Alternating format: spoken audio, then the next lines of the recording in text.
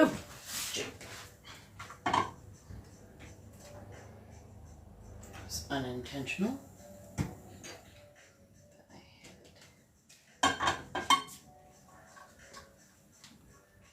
Hello, darlings.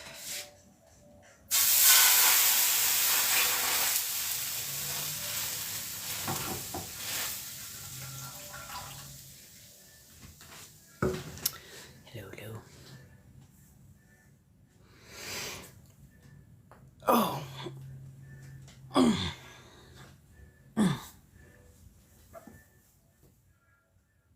Okay, that's where that is. Hello, hello, hello. Good evening. How do we do? It's been a day. It's been a day. In a good way, but it's been a day. So.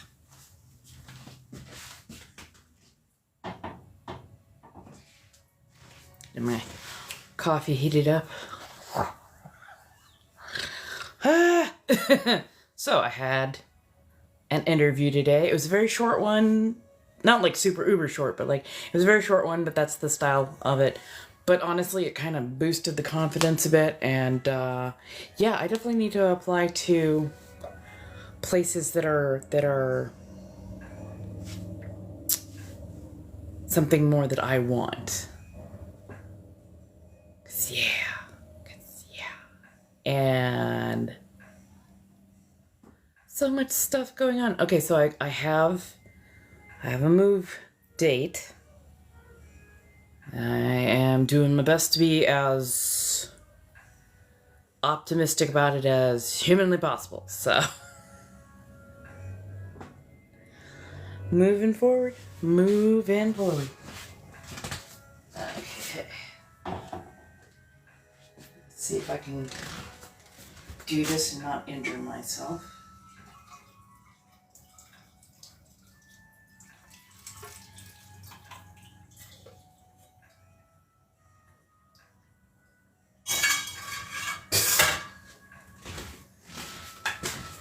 Hello, hello, hello. So, mild optimism. Hello, darlings. Okay. I'm gonna sit down. I got a lot done. A lot of wheels set in motion.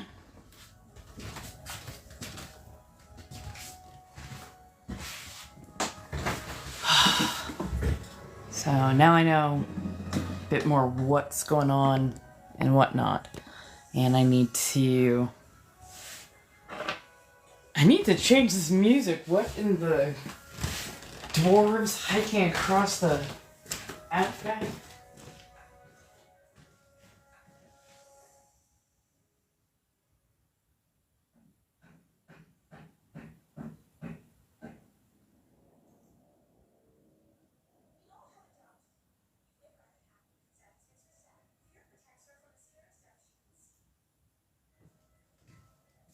There we go. Hello, darlings.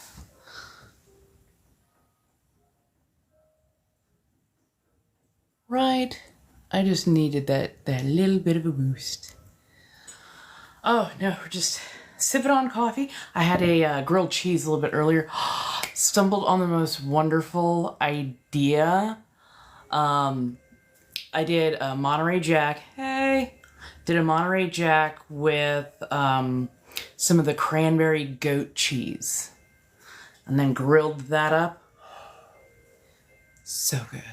So fucking... You had that wonderful melty gooey, but then you also had like the really soft and creamy and like tangy tart from the goat cheese and a little bit of the cranberries. It was super good. I was like, okay, this worked.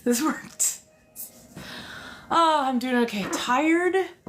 I got a lot done. I got a bunch of pictures taken for stuff that needs to go on sale, so I'm going to be listing it tonight. Trying to get as much moved out. I have a move date. Looks like we were able to secure the room. Just, I'm, you know, crossing fingers, taking everything one step at a time. But yeah, we've got, at the very least, we have a move out of here date. So, I'm okay with that. Yes, yes, goats make milk. As do sheep.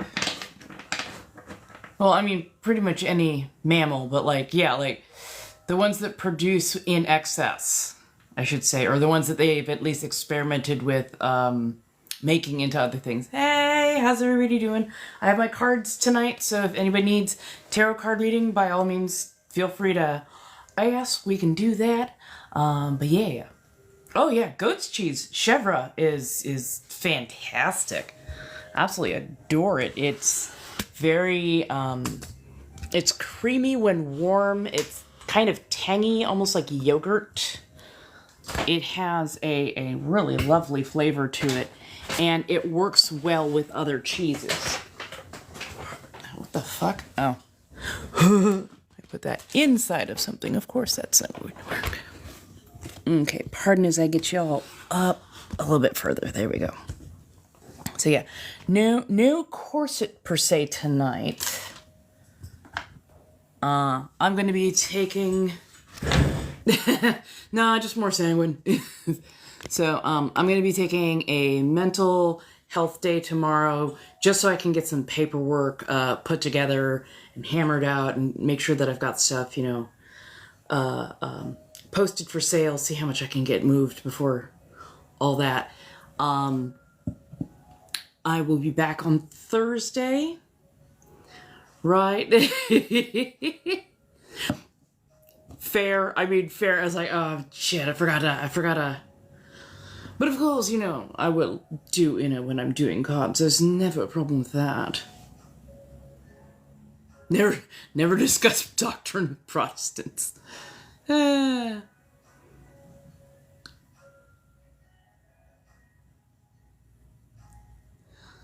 Did we get a random Christian, or am I missing the joke in the quip? Right. I'm not sure if we have found the place, but we've got a much clearer line of sight for what I need to do. So yeah. Oh my god, yes. I would say like Trader Joe's, or if you have like just if you're in a fancy place like Gleason's, or Pavilions, or Whole Foods if you absolutely must. Hey, hi Tyler. How's everybody doing tonight? Right. And if nothing else, having a move out date gives me a timeline.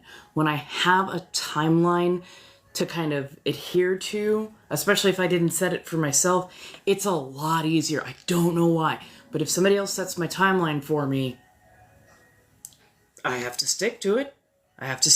So it makes it a lot easier to get things done. Oh. 6 sucks. Make sure you're drinking plenty of water, of course. Having a little something to eat, something to drink, all that kind of good stuff. But also in these winter months, these fall months where you're not getting nearly as much sunlight, make sure you've got enough vitamin D. Vitamin D, calcium, your trace minerals are actually even more important. Ooh, butter noodles. I mean, there's nothing wrong with a butter noodle. Do you have tomatoes, maybe, to go with the noodles? This is not the new place, this is the old place. The new place, end of the month. End of the month is what we are now aiming for. And trust me, you will see as much of that process as I can do. Just right now, I gotta clear, which means at times I have to focus by just having music in the background. And I love you all too much to, like, not pay attention. Sometimes to my detriment. I have to pay attention because for me it would be rude to do otherwise. Right? Oh my god, so much goes into moving, into getting everything. Like, and this is the first time I've been the person on the lease in charge of everything. So like I've gotta figure out stuff like, okay, I've got to pay off all my final bills, so I'm definitely making a push. If anybody wants to grab some artwork or donate directly, feel free to hit those links in Lio. I've always got my tarot cards on me when I'm live, so if you need a read, let's do this. I'm putting it all towards getting myself moved and getting rent together for the new place, which will be about half of what I am currently spending. And yeah, that's gonna be helpful. Ooh, add the tomato sauce. Not the whole thing, but add just a couple of spoonfuls of tomato sauce to your butter dish. It will give you a little bit of acidity, a little bit of extra brightness, extra tartness, and then the butter itself will help to like mellow it and make it feel a bit more rich. Plus, putting in a little bit of that tomato adds some more nutritional value to what you're eating. So you get a little bit more vitamins, you get a touch of fiber, you're getting some trace minerals and whatnot, and that'll help your system function better.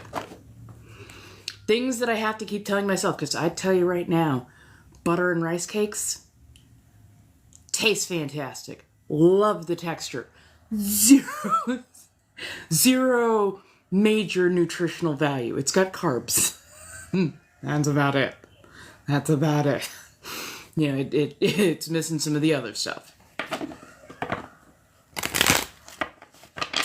So it's not the original studio apartment that I was hoping to get. This would be a different place. I am trying to be mildly optimistic without being super optimistic. We've also got plan C ready and loaded just in case on that.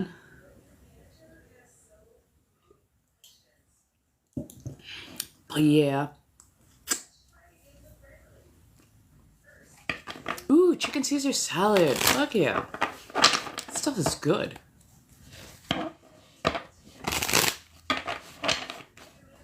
Yeah, my meals always come out as a yes and kind of thing. It's like, okay, this is what I feel like. Okay, yes, and. Well, I guess I could add this. Yes, and. So I hopefully get at least like 2 extra ingredients in, you know? Oh, don't worry. It's so convoluted, I'm having trouble following the damn scheme of things. Because at first I thought that I was going to be moving all of my non-essential items out this weekend. And then I'm like, okay, so wait, if this is the new move date, what are we doing with this weekend? And they're like, nothing. We're not going to do the thing because the big truck is indisposed this weekend, but they can do it the next weekend when the move is. I'm like, okay, that makes sense. Okay, because I'm like, oh god, I don't know if I want to do back-to-back, moving. That would really stress my system out, just that, ugh. And they're like, no, just keep selling everything that you can. We'll move everything on the move day. That's not a worry. It was just the larger truck that we were going to be able to get was going to be indisposed. I'm like, okay, that helps calm me down. That gives me a little bit more time to refine and whatnot, and we can go from there. So yeah. Oh, that's the refrigerator. This is the automatic water dispenser, ice cube dispenser that does not work and has never worked as long as I've been here. Luckily, I mean, I prefer bottled water. I have very oddly sensitive tastes for the most part. And refrigerator water never tastes right to me. Never, ever tastes right to me. Just like, no, thank you.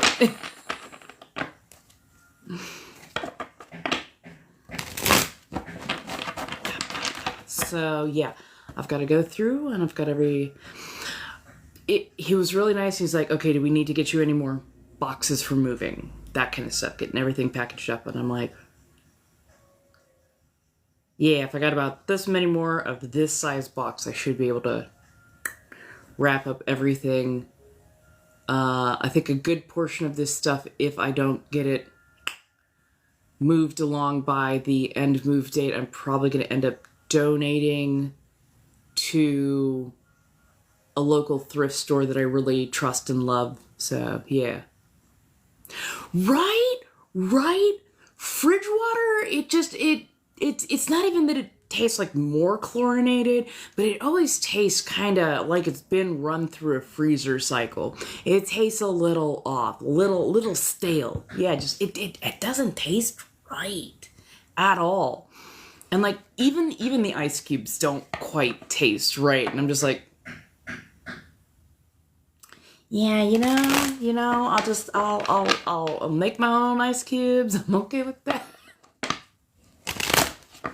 Just saying. But yes. So hopefully I can get some traction, get some stuff moved out, build up a little bumper. And when I get the damn deposit check back on this place, I am so going to get... I'm going to upgrade my phones because that is desperately needed. And I am definitely going to be getting a grommeting machine, like a professional grade grommeting machine, because of course it's neat to happen.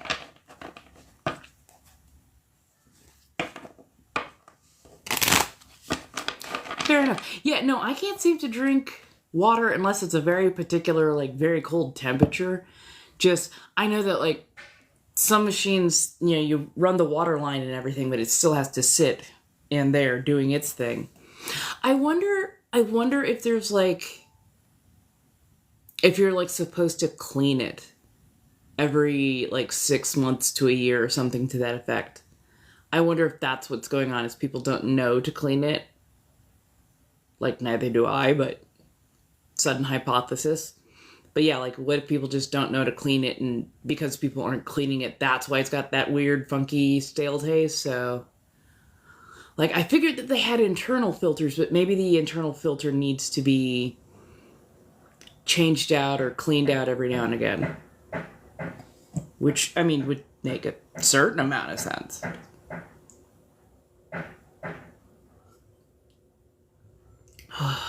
Good hot coffee. I think I might try to make caramel mostly so I can add it to my coffee. I'm needing a little something more. Although now I do have vanilla bean paste, so... Ooh, spice cake. Spice cake sounds good. So, what's everybody up to? What shall we talk about?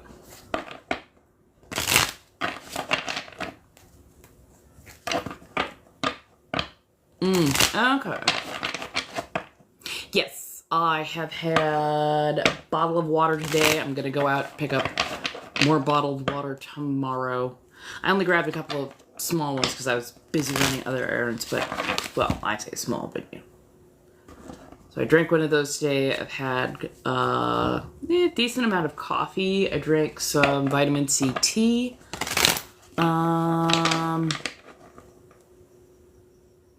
Food, I had a grilled cheese sandwich. Oh, hey Damon, the exterminator came by today. Ooh, fuck yeah. Pecan pie is fucking, ooh, like a bourbon pecan pie. Oh, pecan pie. Oh, just, I like the ones where you can actually get that little bit of crisp along with, a decent amount of goo. I don't need it to swim in the goo. Just nice amount of goo. Nice crisp layer of pecans. A little bit of sugar sprinkled over it, so it's got that little extra edge of crunch. That is peak. I love it that way. But yeah, this is me. What was I talking about? Food. Oh, I definitely had some charcuterie stuff, and then I also did a goat cheese Monterey Jack grilled cheese sandwich today, so I had a decent amount of food, and I know that I'm gonna have something healthy probably tonight. Yeah, I'm still deciding. I'm going through a texture thing right now, especially since I damaged my gum line. I'm going through a little bit of a texture thing right now, so it's like, do I want eggs? I'm like, okay, well, do I want rice? Do I want, Hey, how you doing? Oh, if anybody needs cards, they're $5 per. Just Blinks and Lio. Go through there. We've got a little bit of an update on the moving situation, so yeah.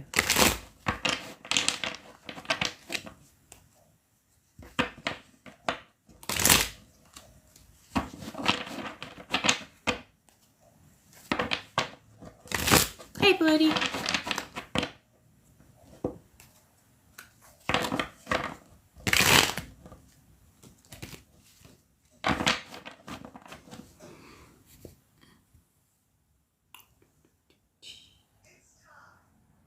Da, da, da.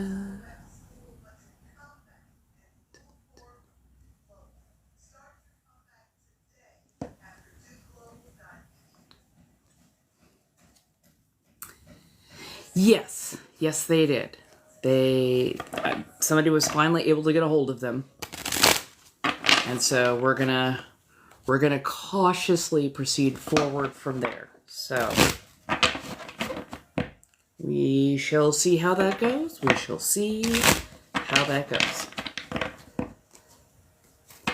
And I had an interview today.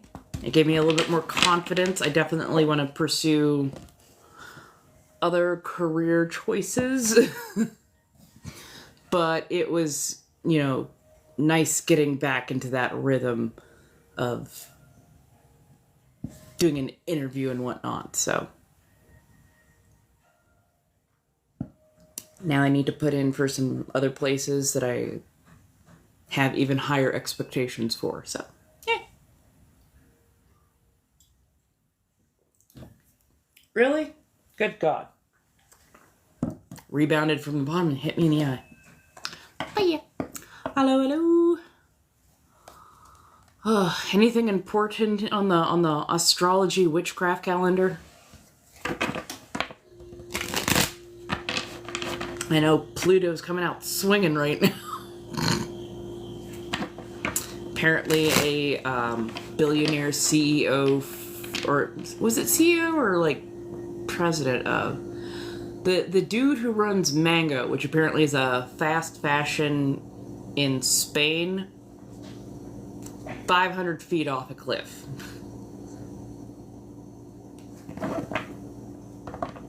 Last full moon of the year was yesterday. Oh, damn it, I knew I was forgetting. Missed something. Shit. I'm so bad at keeping track on those dates. Just am.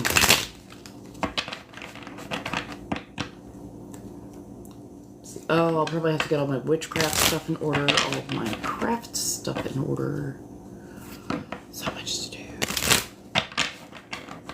Cold moon? Well, I mean, apropos.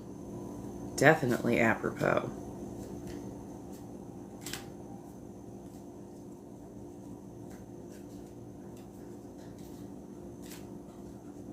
I have no idea what they are working on out there. So do we have any philosophical?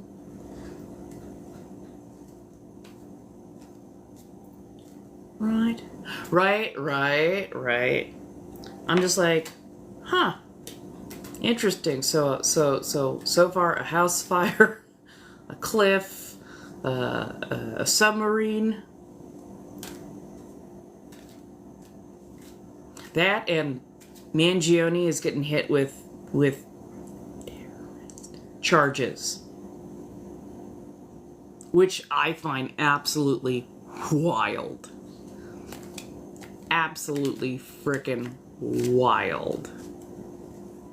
And all I can think is, oh, they are really, they do not understand they being like the government and very rich people do not understand what they are doing right now. Like they are poking a very pissed off bear. A very pissed off bear that just realized that they can break out of the trap. Just saying. I'm like, exactly.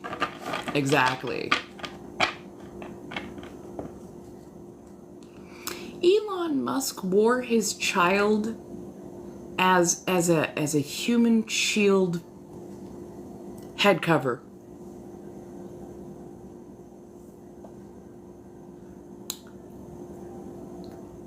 Like, and that child looks so terrified too. That child looks so terrified. Because I think that kid knew. I think that kid knew.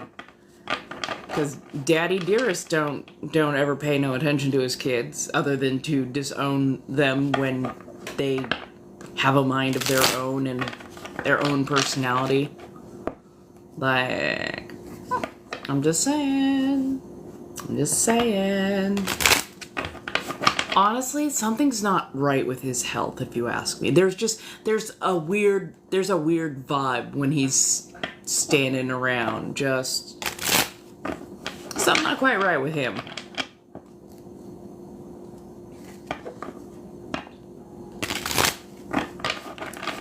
That part. Yeah.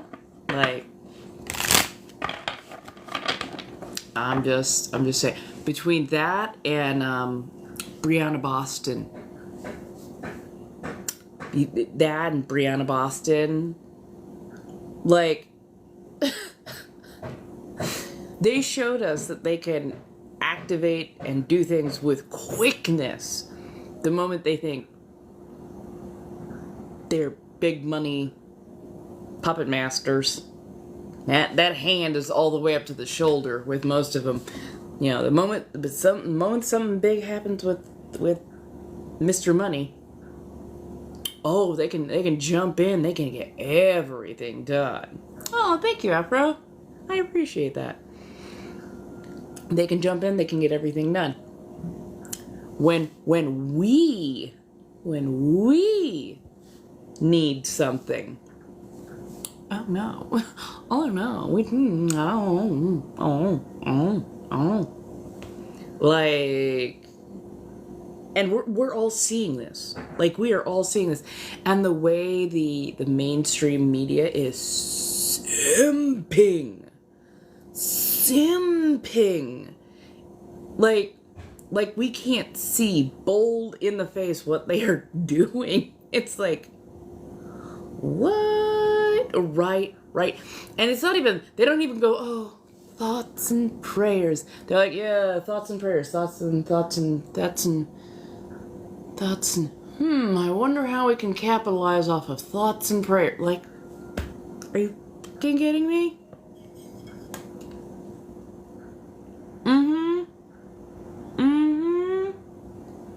We are all very tired. And here's the thing. If we went on a full general strike, we could hamper them so quickly.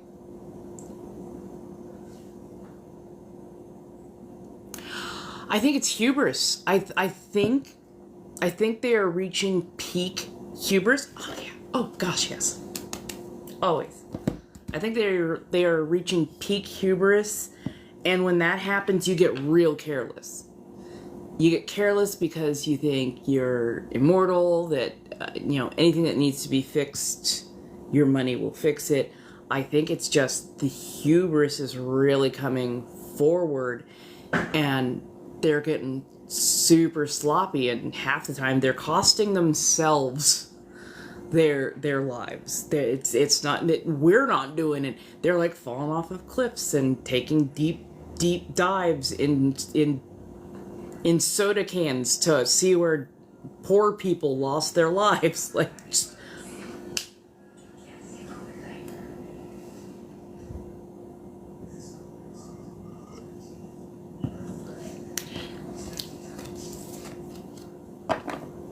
So no corset makeup tonight. I'm going to be taking a mental health day tomorrow. I did so much stuff today. I'm just, just tired. Yes. I just saw that come through. Thank you so much.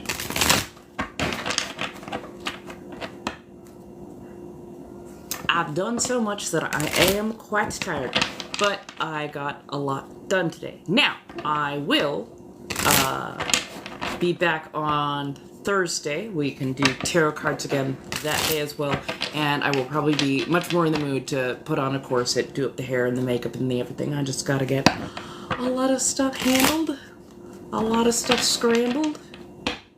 I don't know why I almost went into musical theater there. Yeah, today I'm just a little tired. Hey. And don't worry, she, her, they, them both are good and well. I also got signed up with a talent agency on here. That is the other reason I'm taking the mental health day, because I want to take a little time to actually explore them and see if there are things that I could be doing that would be helpful for getting my content out there by people who are, you know, actual professionals at this kind of stuff. So, yeah. Right? Every now and again, you gotta take a mental health day. And mental health doesn't even just mean that you're gonna, like, go out and pamper yourself or anything like that. But it does mean, like, you go, you take care of some stuff that is need to be done, and you're not worried about being, like, on a time clock to, you know, oh, I gotta clock in, go live, blah, blah, blah. So, yeah. I'm hoping that this is the push that I need, the boost that I need. I'm not saying that we're going to be moving off of this platform, but maybe this will help get me a little bit more familiar with working with agencies and whatnot, so that if and when I switch over to another platform, maybe I can follow suit there as well. I know. But no, sometimes I only think of a mental health day as self-care, pamper. And I'm like, no, actually I don't need the pamper. I really need the day to get some work done without having to worry about, like, being on a time clock. And I've got a better idea of what needs to be done now. I've been waiting for the last several days for a couple of things to take place so that I have a better idea of what my timeline is supposed to look like. So I'm like, okay, now that I know what I'm gonna do and I've got the compunction, driving forward.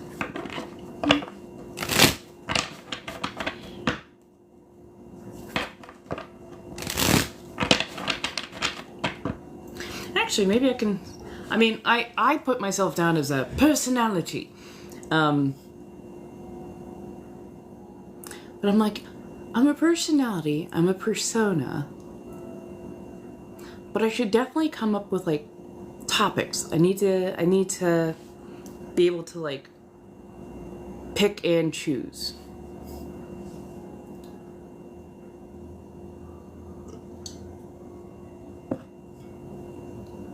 Sorry. Oh, it was an interview for a job. It was an interview for a job. Kind of a behavioral tech field.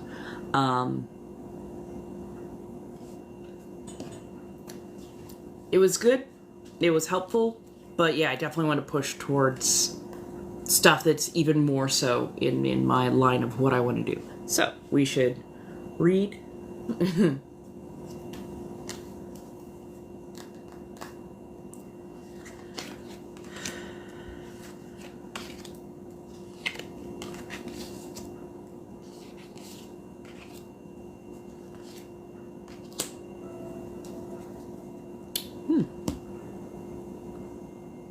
Emperor reverse, 7 of Swords, Justice reverse, Ace of Wands, Page of Wands.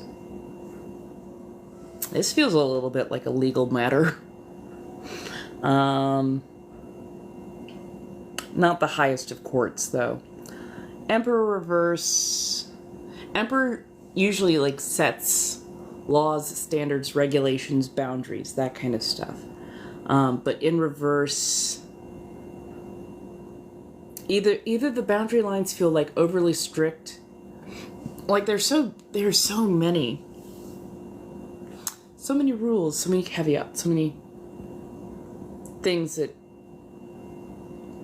they're strangling themselves and they're breaking themselves apart. So it feels like rule of law is just slowly crumbling because the law is not a good thing. It's not strong and well figured out. It's just a lot of rules, some of them contradicting. Ugh. Too many rules, and they are just breaking under the weight. The Seven of Swords is kind of a thief in the night. And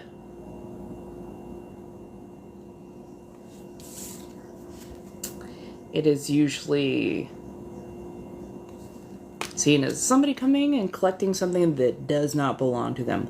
Often taking your swords. And swords are often used as a suit of communication.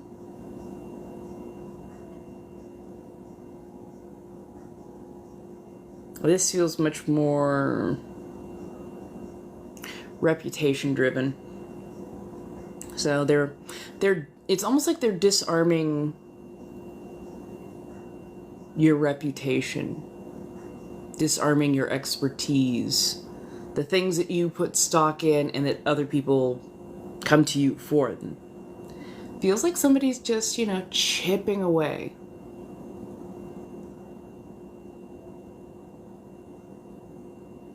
It's underhanded, to say the least. And and as if to prove my point, you have justice in reverse as well. Which feels like if HR is involved with this, HR is no help. None. So if this is like a work situation and you've been trying to get some resolution on it, you are definitely barking up the wrong tree for help. Unfortunately, it's not going to come from the places that it should. Because the places that are supposed to rule of law, arbiter of law, if they're already working hand in hand and you're just stuck in the middle of it, you're unfortunately the least powerful. Luckily,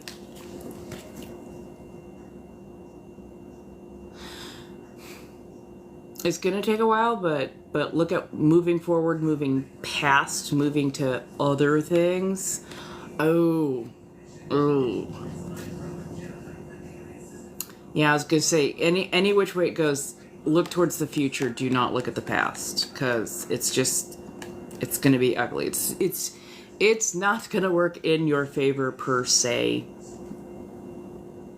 Unfortunately, it's a losing game. But moving forwards gives me a little bit of hope, because forwards is Page of Wands, which is a suit of stability, and Page of Pentacles, which is rebuilding wealth and money.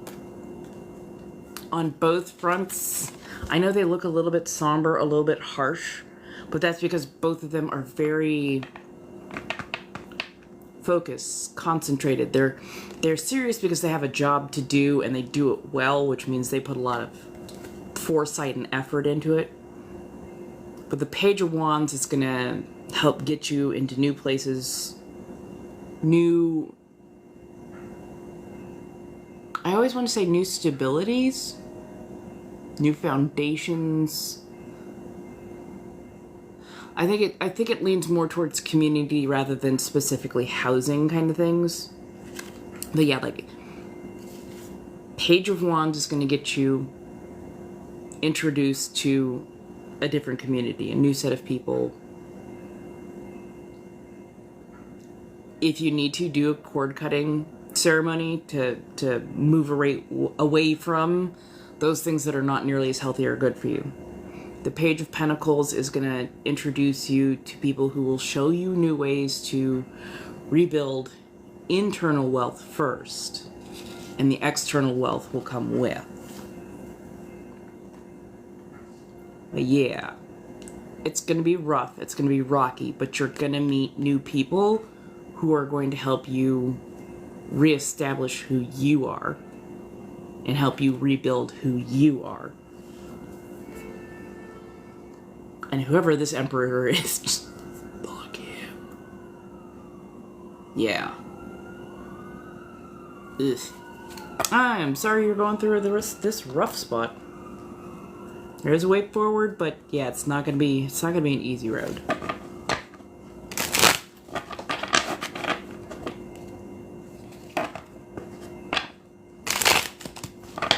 Although honestly, if you got that many rules in a relationship, take it as a red flag that it is, and trust that they mean what they say, and they're only gonna add more to it. So yeah, you're welcome, darling. Hello, hello. Yeah, this is why I know, like, myself, especially, like, somebody would tell me, hey, I've got all these rules for you. Well.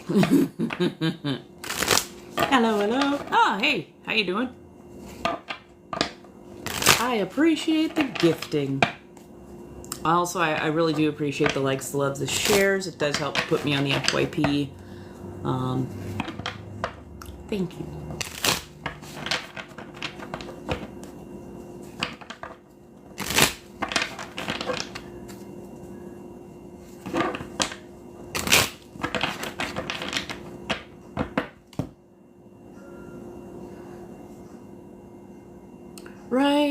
Right. When people tell you how you're gonna dress, how you're gonna do your hair, your makeup, your nails, all that kind of stuff, like,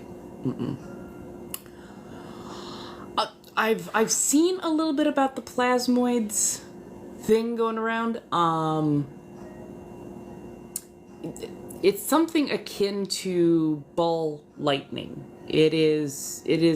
So everybody knows of the first 3 stages of matter, which are, gas, liquid, solid. There's a 4th state to matter called plasma, which is basically superheated, almost pure energy form. And at the very least, there is a theory that some plasmoids have sentience. But if nothing else, they are pure energy that can move through solid objects, which can make them very dangerous, hence what ball lightning is. But for the most part, we do not encounter them on ground level. But there is a theory that there have been more and more plasmoids showing up here because our sun has had a bunch of coronal incidences where there was material blown up, thrown out, expelled, and that we're just kind of in the pathway, so now we're seeing it pick up because of the coronal explosions that we've been having. So, sentience or not sentience, we're not quite wholly sure, but also the shape looks spheroid, but is actually more donut shape apparently, because it's traveling on an ellipse, but it's traveling at the speed of electricity, which is the speed of light, basically. So its orbital pattern around itself is creating the illusion that it is a sphere when what it is actually like a donut.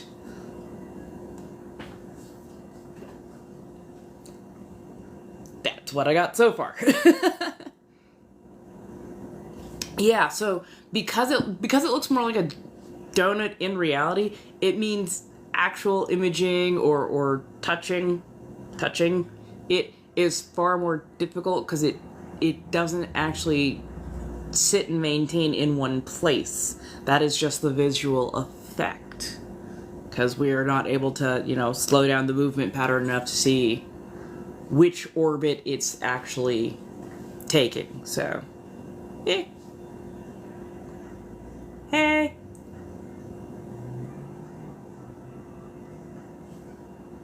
Also, there's apparently some sort of phenomenon going on in the ocean that resembles a black hole. And we've only gently studied black holes from a distance. We still don't know exactly how they work or what they do. And a black hole and a wormhole could be related items. So there may be some sort of technology that allows you to use a wormhole or a black hole as a wormhole from one point to a different point in the universe. We're still learning whether or not the universe is a solid thing or a not solid thing. So yeah, there's a lot going on. There is so much going on, honestly. But also, so back to the theory of sentience on plasmoids. They're saying that we're having an uptick in plasmoids and other alien activity because of the threat of Nagasaki. But Nagasaki about 1,000 times over because of so many people have radioactive material and IUDs and the like. And the detriment, not only just to ourselves, but literally to the universe, of getting into a conflict that uses a lot of those on this planet, was that we would increase the amount of radiation being put out into the universe. Not just, radiation from the sun hitting us, but the radiation that we'd be putting out into the universe would actually be detrimental. And it could be detrimental to other planets, very much so in our own solar system and the Milky Way galaxy, which could throw off things on other planets that we have not even yet encountered. And apparently that could be making other sentient life forms that have space travel very nervous as to what that could mean. Because all I can think is, why would you really care? Well, okay, yeah, I guess, that would, possibly mess with evolution. We would become just a giant ball of not good to go near. But also, if you've already got a wormhole jump point somewhere here, yeah, could that radiation then leak back out? What would that do to other societies that might have to live near that particular jump point? Like, there are ramifications for making this place so wholly inhospitable. But yeah.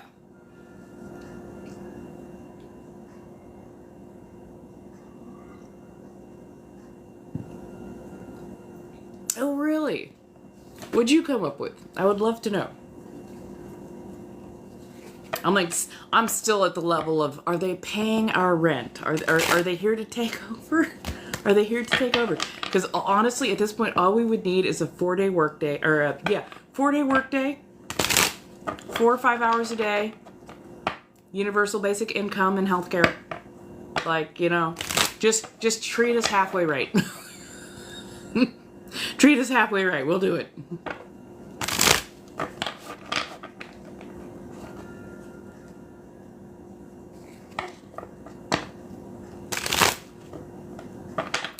I mean, they're not wrong. We've kind of trashed the place in the last couple hundred years, especially.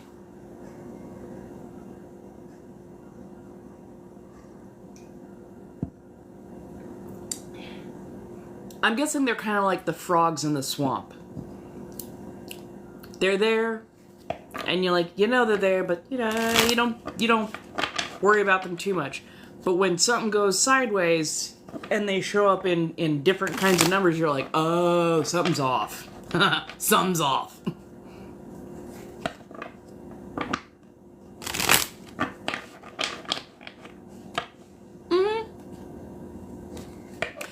So, sentience in that they actually seem to actually move to avoid or move to engage, which is odd. That and stopping in place, like a hover, tends to be very much a choice. There's not many objects that will just stop and then move and then stop again and then move in a particular path line.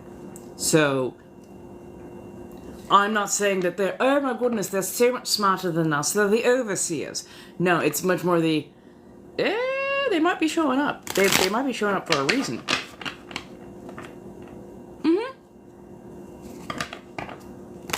Well, I figure it this way. In this universe, there's so many different things we don't know about. I don't take it as all life or all things that have life showing up here are far beyond us. For all we know, they could be like the seals or the sharks or the remoras of space. Space is just their water or their air. So they move through it. That is their environment. And when they notice something going on, they get curious, they come over and they investigate. So yeah. Right, yeah. I'm like... Well, that and, what was it? Suddenly we got a report back that the drones were looking for radioactive material that apparently disappeared from a train. And it's like, oh, fuck. So, we've had such an increase in radioactive activity, especially since the 40s, that, yeah.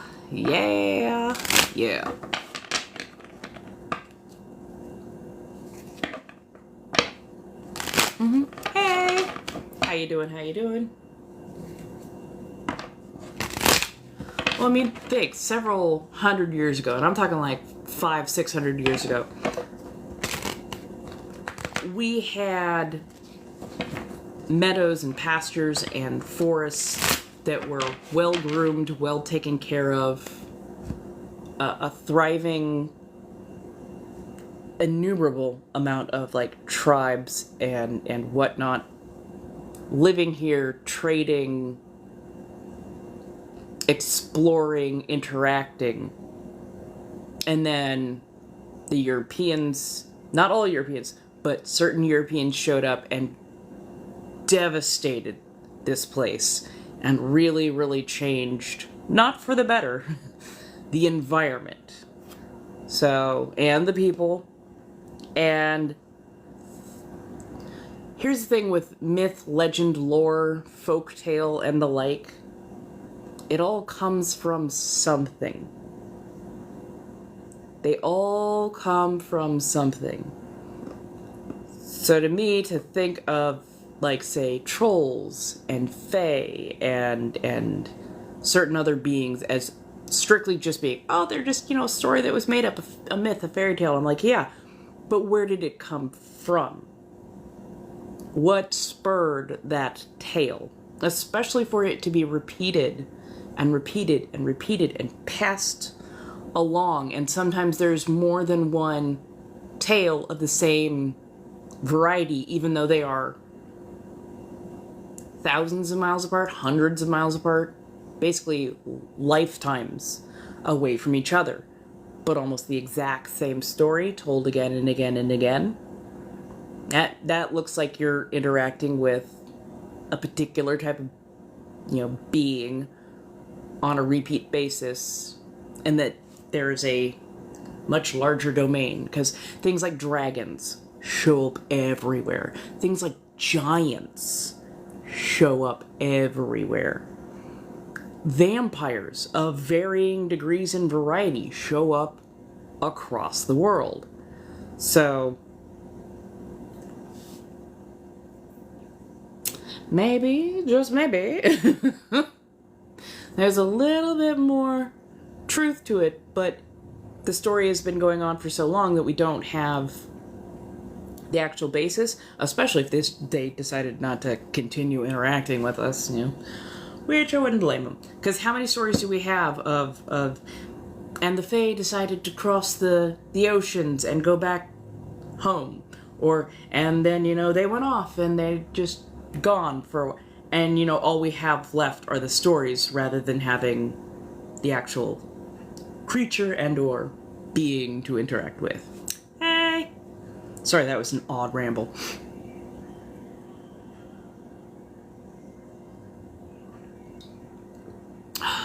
Good coffee. How are you doing today?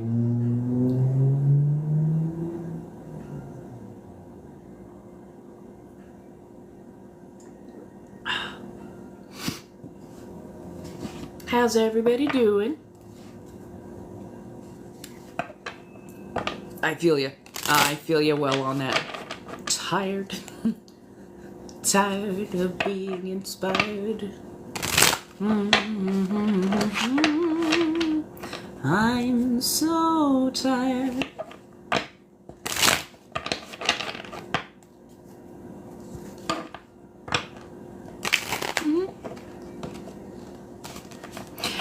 And before anybody goes, tarot, witchcraft, astral projection, oh, this is all just so far-fetched. Governments since the beginning of time have been interested in the occult and esoteric and have been doing a lot to try and get a better understanding on how that works and how that is. Yes, I am doing readings, so if you want to, it is $5 per card. Feel free to have at Blinks and Lio and get that all nice and set up and ready to go, as it were. And the moment that comes through, and I can do a live read for you, my dear. Mm-hmm. Well, I mean, I think there's a theory that we are made of energy. Just overall, everything is made of energy. And energy can never be truly destroyed. It can be dissipated, but it has to go somewhere. Couple with that, things like fractal, planar, dimensional theories means that there are beings or ways, almost like universes. Some of them think that it's all like layers, almost like we're all like laminated together kind of thing. And depending on what layer you're on, it's a slightly different reality, but very, similar. Some of it, it's more like fractures in a crystal. So they're thinking, oh, well, as the universe kind of changes, you get different fractures and whatnot. So if energy never truly is destroyed, but it does exist on a different or a slightly interdimensional planar experience, then that knowledge that people who know how to channel or who can channel are getting, they are basically able to see, with a little help of an extra sensitivity to energy, basically, they are able to see the myriad of possibilities in nearby dimensions or nearby realities. And then you're just navigating those cracks or those planes from there. So there's a lot of theory and conjecture, and as we get more and more knowledge with quantum physics, quantum sciences and whatnot, we're actually discovering a lot more, and it's kind of wild. At times a little overwhelming, but definitely kind of wild, because a lot of what they're starting to be able to test and explain with quantum science looks like magic.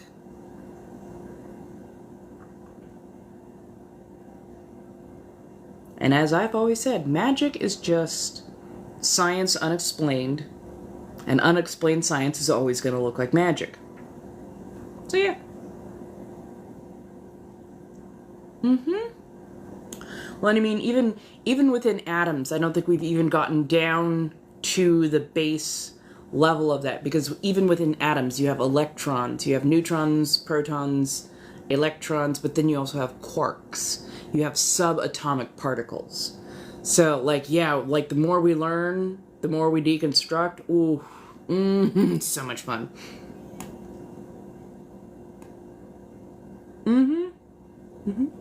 What do I do for a living? So I'm freelance. I've held a lot of jobs over my lifetime, but I do a lot of freelance work. I do tarot card readings, artwork. I'm also in the spicy industry. I'm very, very small, very, very new over there, working my way up, as it were. But yeah, I do a lot of different things, and I do my damnedest. But I'm also been looking for full-time 9-to-5 kind of work, so I can be productive.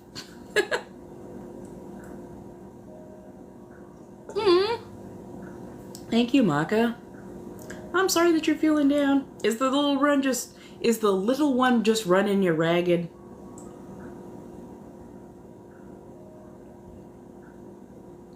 Kind of want to make caramel. Don't know why, but I kind of want to make caramel.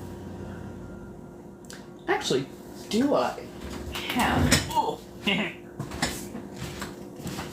crunchy things?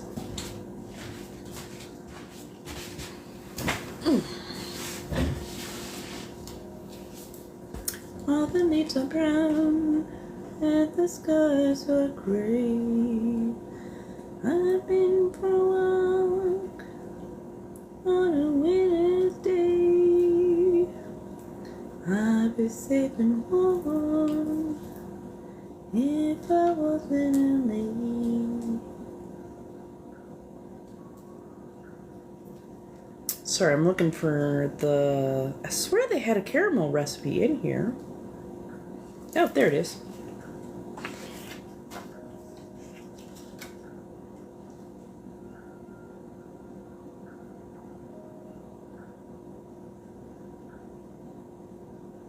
Oh, toffee. Let's see, butter, sugar, vanilla, salt, cacao, water. Oh.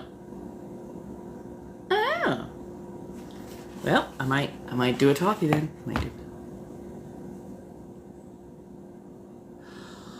Oh, honey, I'm so sorry.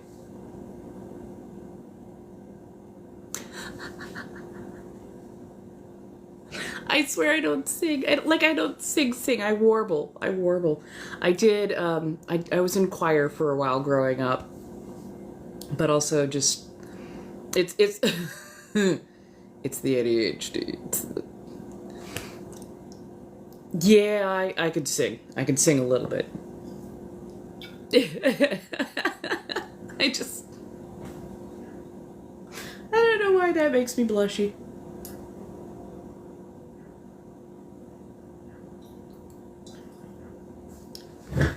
I'm like, okay, so sorry. I was looking up a candy recipe because I think I have to go out and grab some water and a few other things tomorrow. So I might grab a few things and maybe make like a caramel sauce or something that I can at least put into my drink, because I'm just like, I need something more. And I don't want to automatically go over into the pumpkin spice kind of thing, but I also do need heavy whipping cream because I like making my own whipped cream toppings and whatnot. So, might grab a little bit of that. Hello everybody, how you doing today?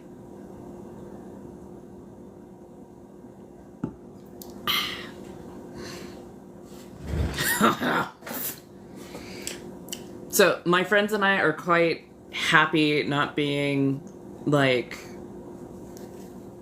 We don't buy a lot of gifts. Or I don't buy a lot of gifts. I do, like, a lot of handmade stuff or provide, you know, food at different friends' like parties and whatnot for the festivities. But yeah, for the most part, I have not actually bought Christmas gifts in quite some while, and I haven't like expected Christmas gifts either. Just it's been a rough old time and whatnot. But no, like all of the Christmas Secret Santa stuff that I've been doing for the last couple of years has been $20 maximum and an encouragement for like handmade gifts instead. So yeah. I got an interview, and I'm definitely gonna be putting in more applications. I think I'm gonna put in a few more applications towards stuff that grooves with me even more so. So here's to hoping. Here's to hoping. Sorry, something keeps popping up over here.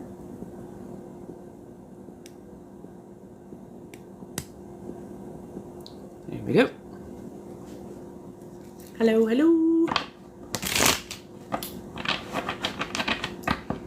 Just thinking if I probably gonna want to update on my coffee. I kind of want to make a caramel sauce anyways.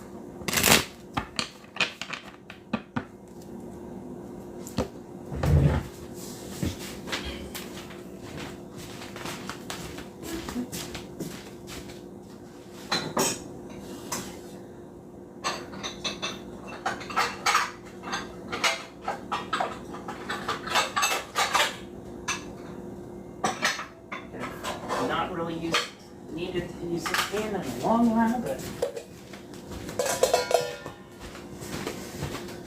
put that on the power burner. Okay, I'm gonna take a quick, I'm gonna take a quick bio break. I want people to get up, grab a little something to eat, grab a little something to drink, get your stretch in. I'm gonna do what I gotta do. I'll be right back. We can read more tarot cards. I might try and make an attempt at a caramel sauce, because I don't know when to stop. And then, let's see. Figure out what we can do from there. So, I'll be right back.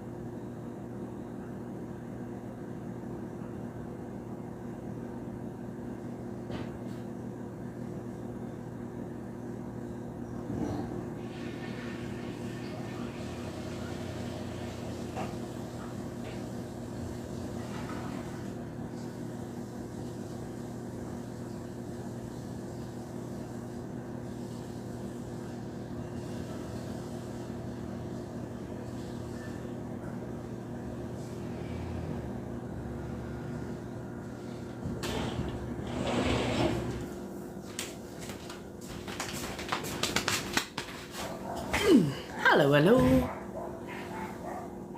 No, closer to the end of this month is where I should be in my new place. At least that is what the plan is so far. TikTok Tuesday? What's supposed to happen on a TikTok Tuesday? That's what I want to know. So am I. So am I. Okay, let's make a run at doing a little caramel.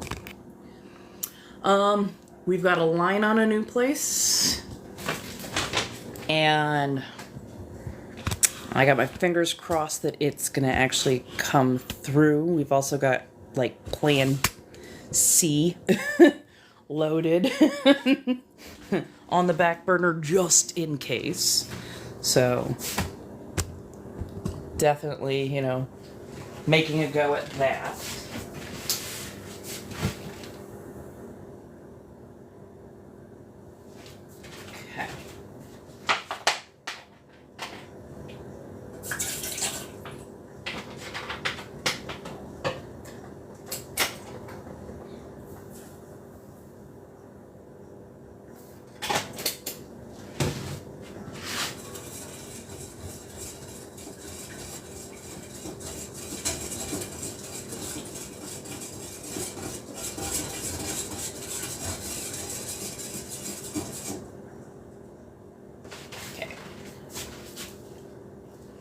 Okay.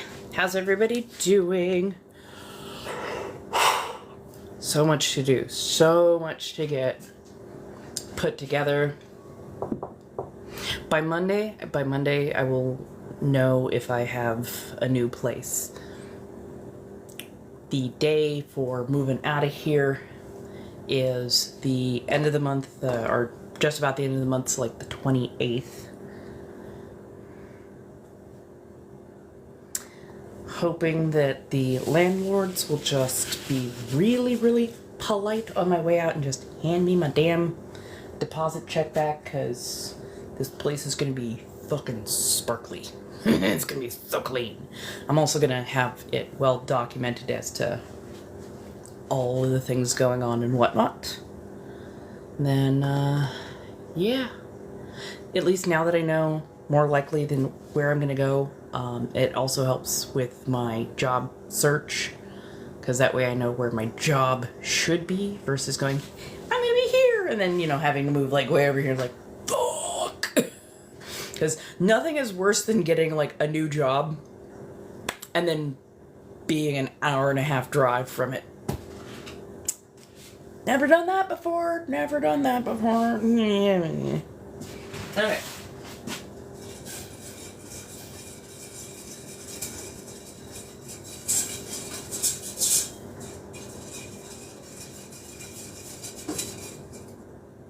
Okay, power burner on. That does its thing.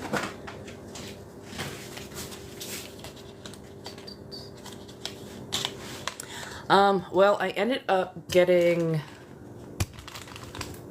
an interview with, like something that was like more behavioral tech, but weirdly enough, I am going to keep looking for things that are closer to like the spicy sector, because I honestly find that the most fulfilling for me, which I know is odd to a lot of people, but it is very fulfilling to me.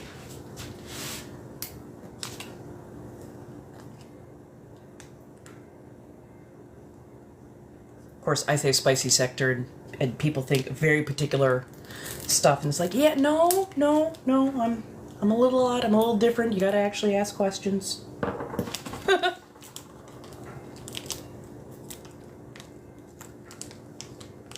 No, I took the can out, but I know that I've got it packed somewhere. So the can of emergency split pea soup is coming with me. I just have buried it somewhere already in the stuff that I've packed up, but I'm like, I'm taking the soup with me. I'm taking the damn soup with me.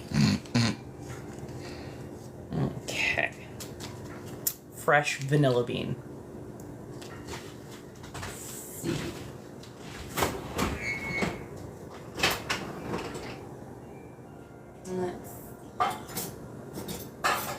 There's a knife. Fairy tales.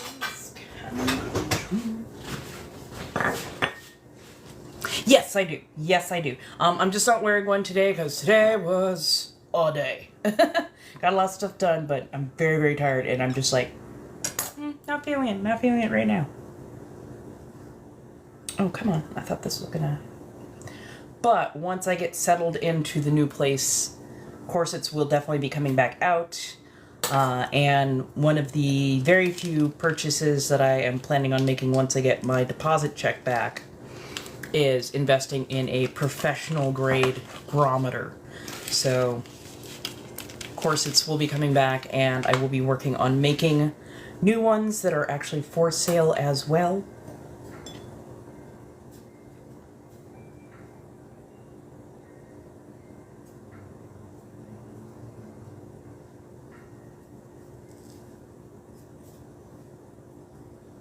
Don't mind me, I'm just gonna wrestle with this pod for... I don't like this knife. Aw! Thank you! I appreciate that. Honestly, that's what I'm kind of hoping to do for a lot of people, is provide a third space, provide a place not only of education, but of a place where you can just kind of decompress, relax, and whatnot. But yeah, aw. So it looks like we've got a new place lined up, and we're gonna make a good foray at it. And we've also got a plan C loaded at this point in time as well. So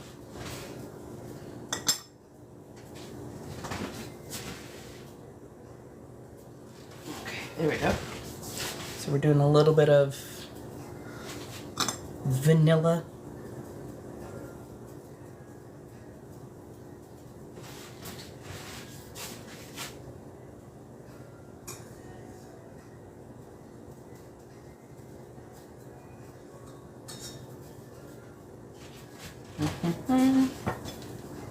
Hello, hello.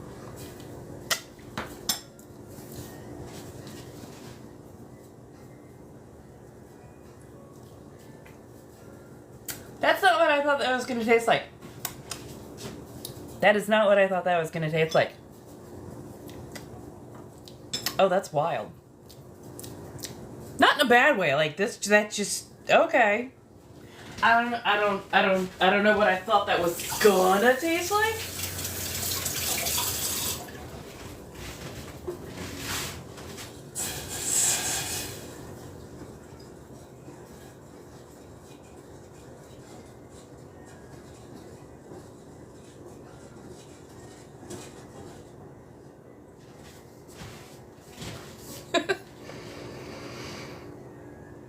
Aw, yeah. I mean, if I don't share who I am, if I am only projecting like that uber positive mindset, it can become toxic, and people need to know that you don't always have to be Captain Positivity. Like, I want to be treated like a human being, not just, oh, this really cool famous person, or this really, like, influencer. Oh, I'm like, no, there needs to be substance to me. And if there's not substance to me, then I'm not doing it right. So the place that I am currently, I am paying $1,800 a month, and they are not keeping this place like up to code. I've had multiple vermin issues, multiple leak issues, cracks in the walls, just a bunch of stuff that is going like really, really wrong. And then the last straw was finding black mold and getting yelled at for reporting it to the housing authorities, even though they have had a bad track record of not doing anything about stuff until it hits critical mass, even though I'm like letting them know early, hey, shit's going wrong. They're like, it's not that bad, is it? Like, they kept putting patch on the roof instead of actually getting the roof fixed, and apparently they'd been doing that for years. Years! Like, fuck. I think Yule, I have a Yule rose candle. I think I want to do a little research on like a really good Yule ritual to do. I'm probably going to check to see if my local metaphysical store is going to be doing like a Yule gathering, because I will absolutely go to that. Absolutely do that. Honestly, ooh, I should probably check on that tomorrow. Because, yeah, love to do something like that.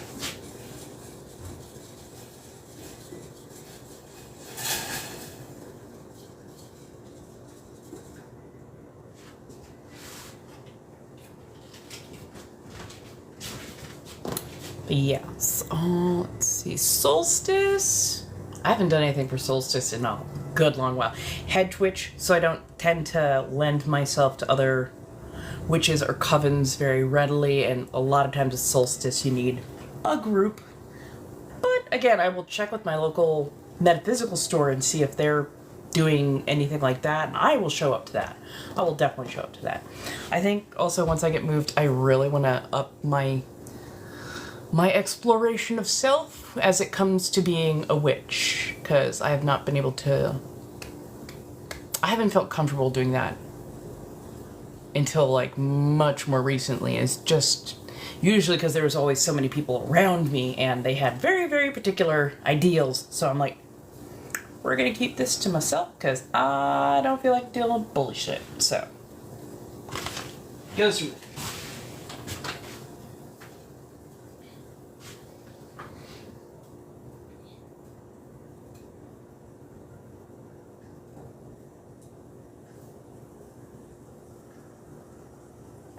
Actually, let's on a flame. That flame's just a little too strong. Hello, hello. So yeah, we shall see how this goes. I feel like I'm getting some decent momentum in the right directions and in the right ways, so.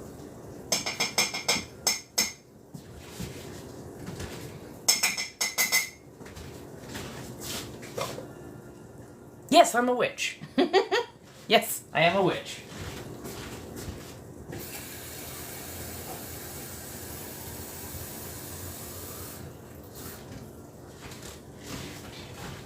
And I was raised evangelical Christian.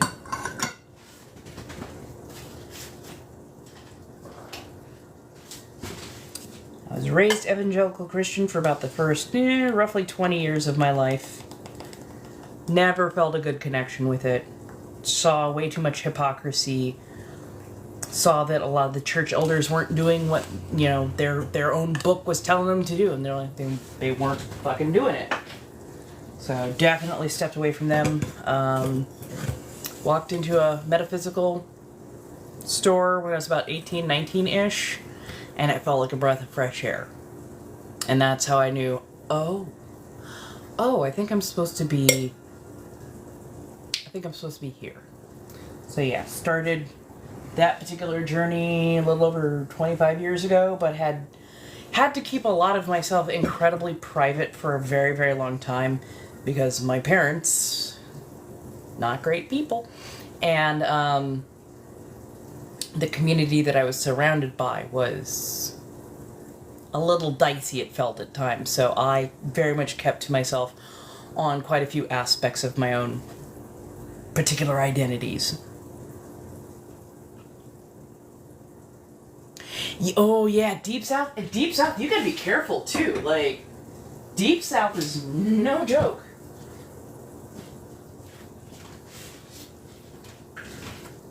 See, I think I need a bit more butter. Me? Oh, I'm half black, half white, so 1000% American. Southern Californian at that.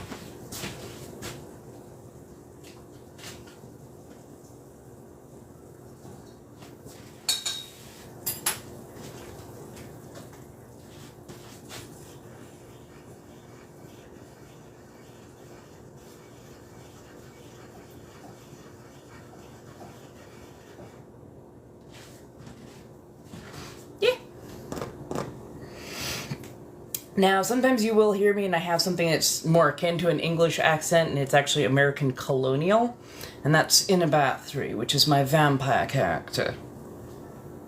Do I have any say? But I actually cut ties with all of my family. They were not the people for me, and I felt nothing.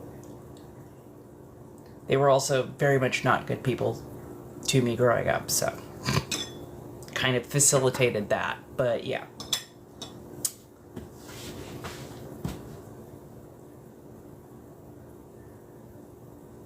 Oh dang, yeah. It is definitely liberating when you go, you don't need to be in my life anymore and I don't need to be in yours. So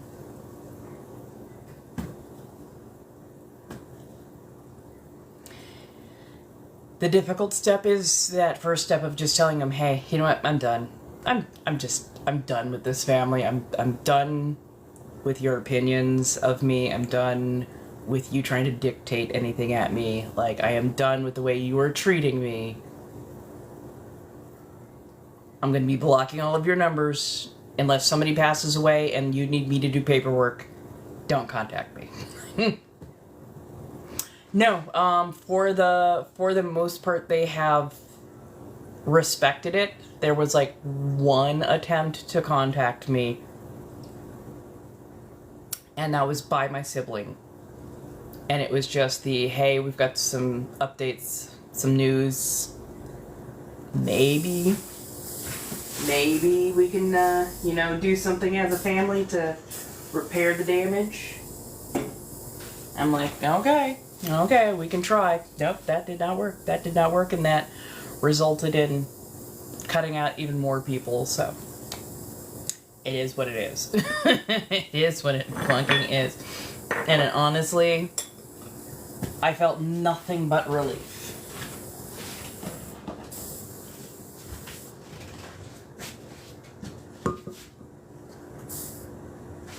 What?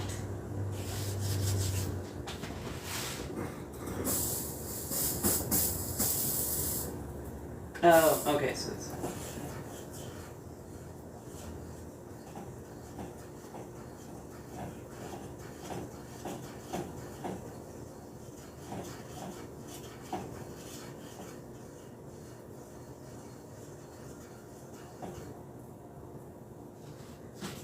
Sorry, keeping a little eye on that, making sure it doesn't hopefully scorch. See, it happens. It happens. I knew for a long while that I was gonna need to do something because I felt nothing for that family for a really, really long time. Yes, so on the back burner, we've got the Cuban percolator. On the front, I'm working on like a caramel sauce. Right? And for me, it was all about control. They desperately wanted and needed control over me and who I was, and I was suffocating in the worst ways. And the abuse turned very physical, so I was just like, you know what? There's nothing that I need from this family that, not even the threat of an inheritance is worth dealing with them. So, again, if paperwork needs to be, done when they pass, okay, fine. I'll sign off on some paperwork. I'll make sure that they get in the ground. Fine. I'll do that. I will do that one last final thing. And part of it is super selfish on my part, because it's that final nail. It's that closing. It's that ending of, it's the never having to look over my shoulder, never having to worry about them showing up again. Nope, saw you. Made sure you went in and stayed down. Like, I know that sounds mildly ghoulish. I understand that. But, like, the amount of pain that family put me through, the amount of not good shit that happened, and who did it, yeah, no thanks.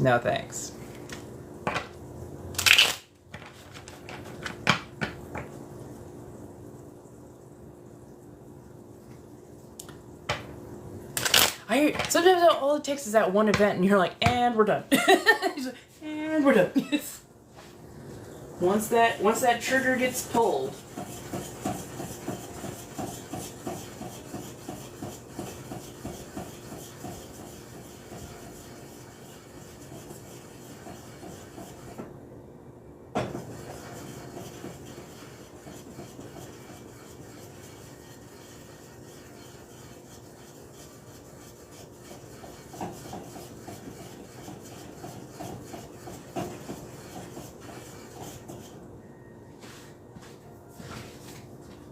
Hello. And we're like, and scene. Yeah, very much that.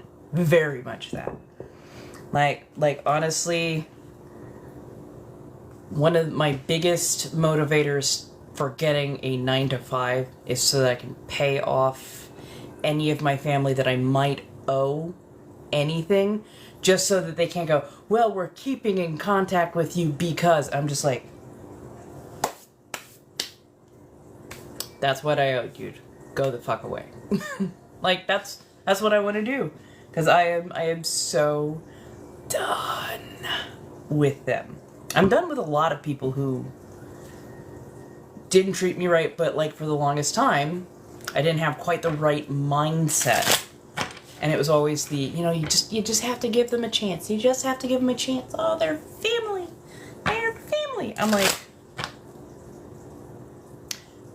they are family who only keep track of me when I'm not doing what they want. They are family that only interact with me when they need a power trip. So, yeah. So, I grew up in a lot of ways very, very sheltered. They dictated everywhere I went. They dictated how much schooling I was supposed to have.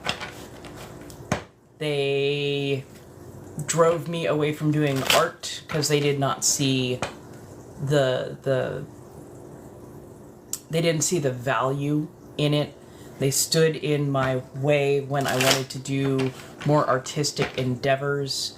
Anytime I expressed myself, I was highly questioned and accused of being a lesbian, a Satanist. Okay, they weren't wholly wrong on either of those counts, but to level those at, like, children, to constantly keep a track of every last thing that I did, and if I stepped out of line, they took away everything that made me able to function in the world.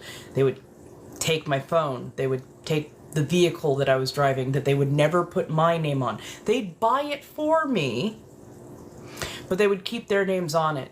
So if I tried to leave, they'd be able to put out a police report for a stolen vehicle. So, yeah. Oh, so, tarot cards are $5 per card. If you go to the links in bio, you can purchase there. There are several different ways to go about that. Feel free to have that. And the moment I see that come through, we do the read. But yeah, they did a lot of shit, and a lot of it was psychological and emotional, and it happened over decades, and then it also migrated over into being physically abusive as well. And it wasn't just physically abusive when nobody could see it, they did the physical abuse in front of others as well. So it's just like, done. Because the escalation, I have a degree of psychology, and I'm trauma-informed, but the escalation of types of violence plus severity of actual physical violence, both of those were predictors for really bad shit. Really, really, really bad shit. So I'm just like, I'm getting out of here before I'm no longer alive.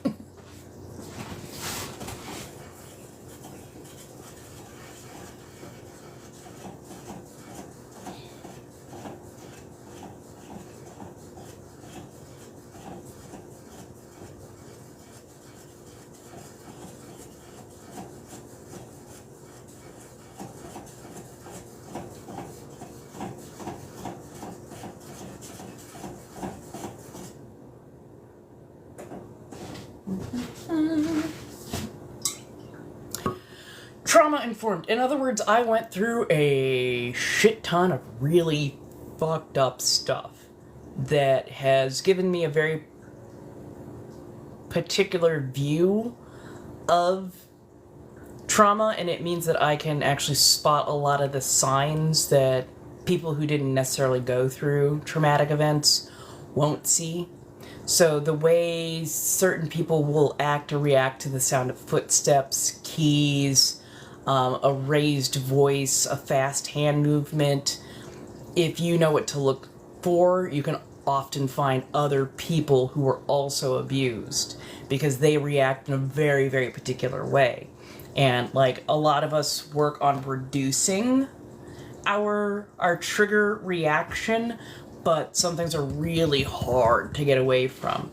Also, being trauma informed means that I've been through shit, and I empathize and sympathize with others who've been through a lot of that trauma, because we both have those not so great reactions to certain things. And yeah. So like somebody who's never been through trauma might not notice when somebody flinches if a hand moves too fast, or that their shoulders will come up and then they will shrink back just a little bit when voices start getting raised. Those who are trauma informed, hell, sometimes you'll even notice when somebody's pulse rate goes up in a stressful situation, because you can see it doing its thing, and you're like, yep, they're stressed out. I'm not the only one. I think we both have the same idea. Let's go. It's little things. Little things can predict big things. Let's see. Oh, there we are.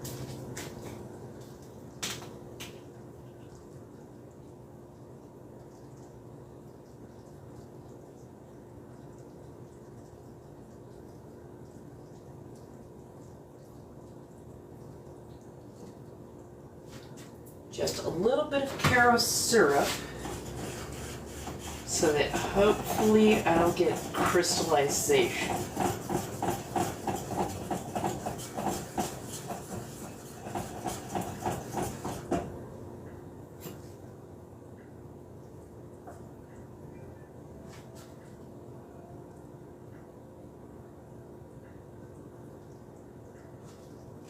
Okay. So we've got decently little bit of color, but it's not quite that golden color. But notice it freezes pretty quick, doesn't move too much. So it's definitely getting closer to the candy stages.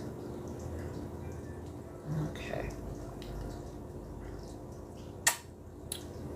Oh. Okay. Gonna turn that down.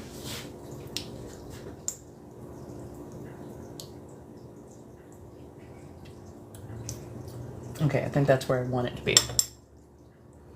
So I'm looking for viscosity for a particular action-reaction. I let that sit because it's going to raise its temperature a little bit more. And now I am looking for a well heat-proofed vessel to put it in. I swear I had... Oh, there it is. Hello, hello. We're doing a little bit of caramel, depending on how you pronounce it. Looking for my parchment paper. Got a decently... No! No! I thought I had more parchment. Shit. Well, I guess that's gonna go on the list of things I need to get tomorrow as well.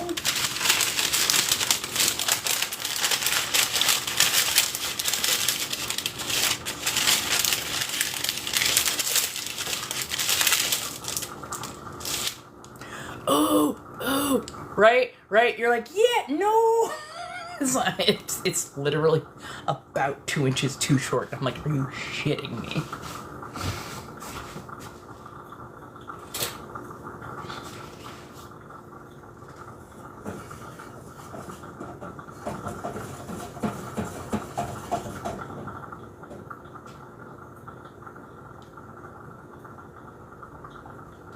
Oh, I know what I want to add.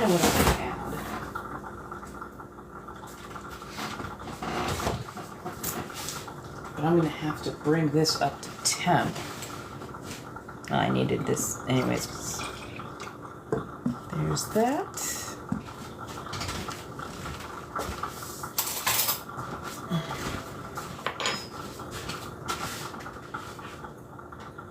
Turn off the back burner.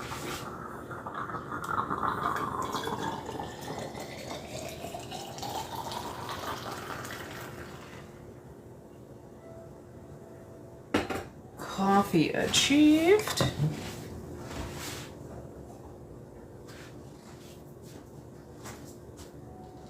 Okay, we're going to try just regular basic.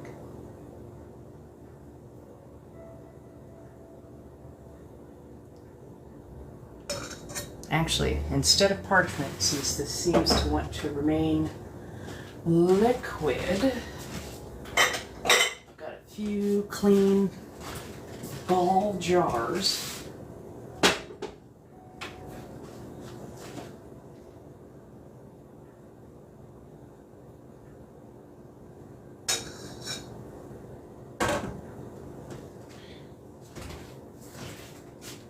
So, softly amber color. I didn't do a milk additive, which would have given me more of like a caramel sauce. We've got something much akin to, well, it's liquid, and it's got a little bit of that taste, and it's vanilla bean infused. So it's not like a true caramel, but it is going to act like an adding agent. Like a vanilla. I know that there's a word I'm looking for, I'm just like, I can't quite think of it. Butterscotch, that's the word I was looking for. It's butterscotch, but without the scotch.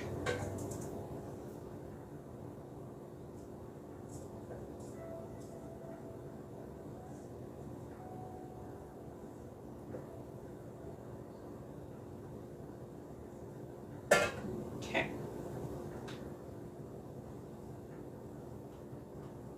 There we go. We'll see how that firms up. Right, I'm like, I know there's a word for what I'm... Butterscotch, because I put butter in it. Although I think I forgot the salt. Yes, tomorrow I will go out and probably grab a few groceries.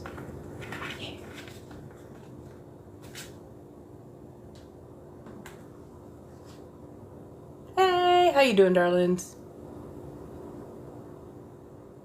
Oh yeah, no, you can bypass that on Venmo. That is me. I do check those decently regularly to make sure that they, you know. Hey, I made a little bit of a vanilla butterscotch-ish, sans butterscotch. And we're just letting it do its thing. It's gonna cool down, because I wanted to have a slightly different flavor for my coffee. So I added butter and a little bit of actual vanilla bean pod. And I think it was a bourbon vanilla bean, if I'm not mistaken. Hey! I know. I'm hanging in as best I can. The road has been a little bit rocky, but I'm still here.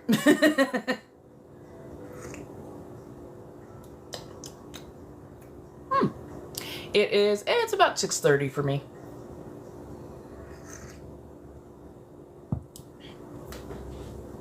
Where did I put my... There we are. Right.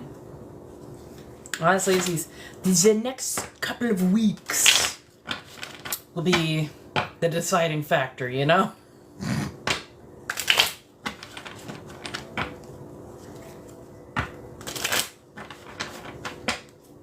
And with everything that is like coming out lately, it's almost like they are trying to overwhelm us with all of the information all at once. And I'm just like, a lot of us can multitask. Especially us working class, a lot of us can multitask. We were forced to.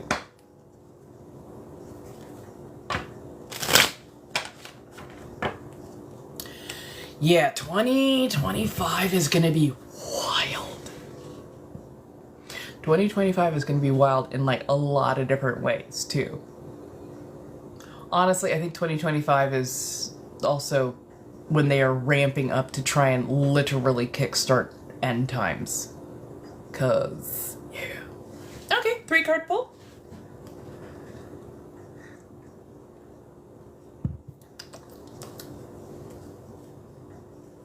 Yeah, and no, I mean, the fear is a healthy thing.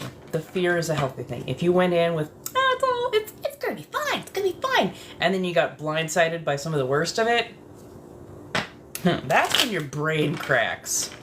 That's when you become non-functional. And when you have a decent amount of, oh, this shit could go sideways. Okay, we're definitely gonna prepare for this. Like, yeah.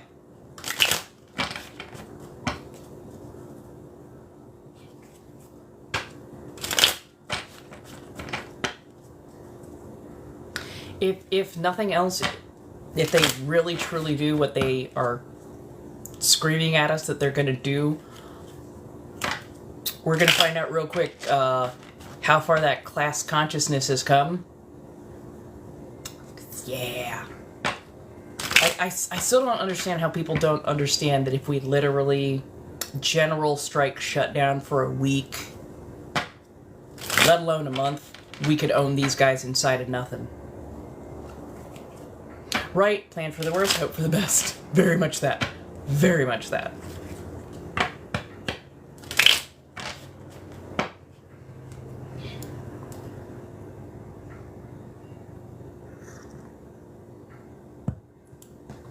Yeah, definitely get some dry main staples.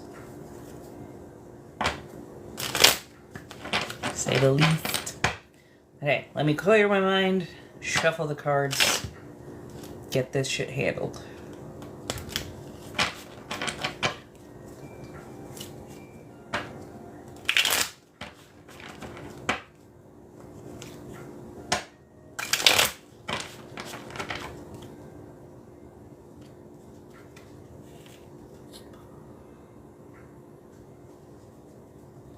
Are you still here, my dear? Are you ready for your read?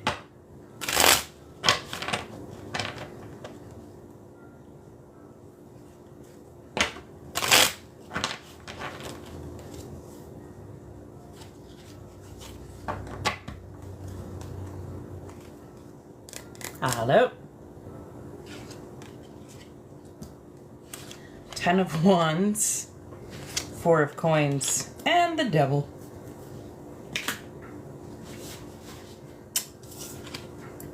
Ten of Wands, 4 of Coins reversed, the Devil.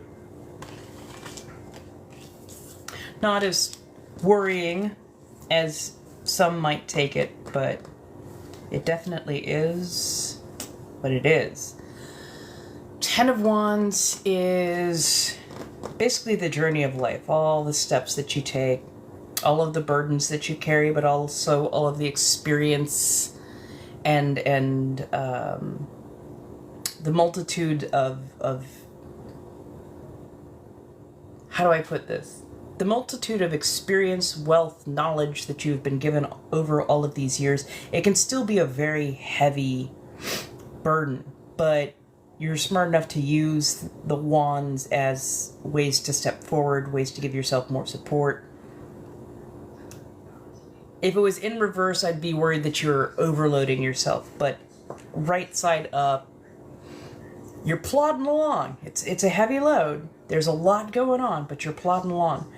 Just make sure that you keep progressing forward. Don't let things like nostalgia, which is what all these little cards are, don't let things like nostalgia overwhelm you. Nostalgia is a beautiful thing, but it's something that happened in the past. You need to keep progressing forward. And the 4 of Pentacles is kind of like a, I don't want to say miserliness, but like it feels like you've been overspent, overtasked for so long that you're running out of coins. You don't barely have 2 pennies to rub together, as it were. And that's just not it. That's not even on just a financial level. That is like an internal, on a spiritual level, on an emotional level. So you have definitely overspent. You need to learn that sometimes you have to invest a bit in yourself before you invest in others, because the 10 of Wands can go upside down so quick. So quick. And then you have, then you're just tired and you gotta sit down. So, if you're feeling super overwhelmed, overspent, there's nothing wrong in putting the heaviness of the world down for a little bit and investing back in self, because if you just burn yourself to the absolute nth, there's nothing left to save. And then the devil of it, the devil is always in the detail. When you spend on self, when you invest in self, stay away from some of the heavier vices. It's okay to have like a little time for yourself. Put in your effort. Do the things that, you know, make you feel lovely and wonderful. But don't use that as a replacement. You go, you have your, you know, your girls' day or your spa day. Refresh, replenish, but don't hide behind those. When there's work to be done, there's work to be done. Whether that is emotional work, mental work, spiritual work, you still got to do the things, but just make sure you're in a decent headspace for it. But don't, like, if you're gonna go for a spa day, don't be like, I'm gonna have a spa day, and then have a spa day like every day going for, well, you know, it's just a bottle of wine day. Well, it's just a doom scroll and rot day. Like, yeah, like, have that time to refresh, but then get back on your path. Because you've definitely got places to go. You can do it. You can do it. But yeah, if you overdo it, the machine will break down in not good ways. But yeah, you've got this. You've got this. You're welcome.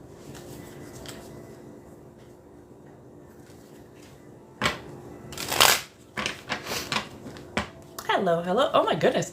Thank you so much for getting me over 12K. Dang, y'all are on it. Thank you so much. I appreciate it. I appreciate everything that people have been doing. The likes, the loves, the shares. It all helps push me towards that FYP and hopefully towards a audience or community that likes me, wants me, needs me.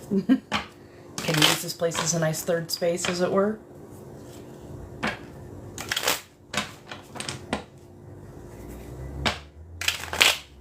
There we go.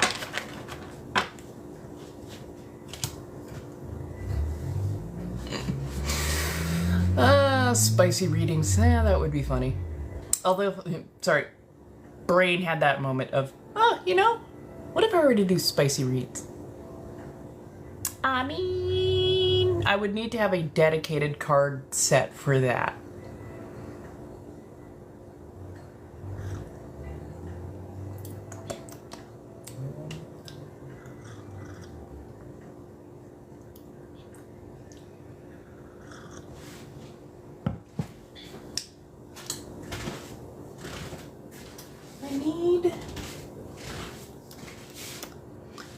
I can almost taste it, but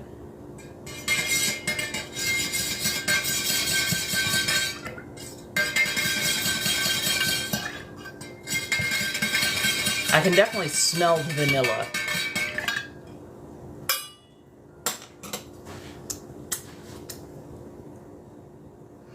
Ooh. Ooh. Actually, let's workshop that. Let's workshop that. What would we consider a New Year's read? And what, because if we're going to go by that, we should probably do probably like angel number type thing. So like, what would be the best coordination? Because I would love, honestly, that would be kind of a fun thing to put together. I'm thinking a 3-card read, kind of where your year was, where you are currently, how your year's gonna head. Or, I mean, during the new year, I do offer a 12-card read, which is basically each month, kind of what are the things to look for. But a New Year's read, oh, that'd be fun to get that set up, especially beforehand.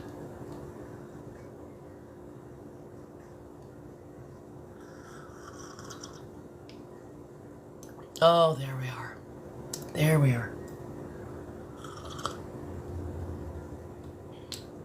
I bet I can bump it up with a bit of salt next time.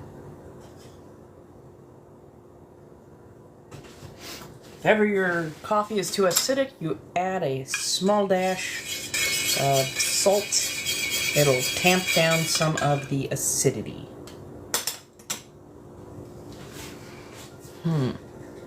For some reason, a 3-card for $11.11 feels like a good New Year's price. New Year's deal. Because like $11.11 is new beginnings, new happenings, new going on in like usually really, really good ways. I should set that up. I should definitely set that up. Somebody DM or poke at me at some point if I don't have that set up very shortly. So I like the idea. I like that idea.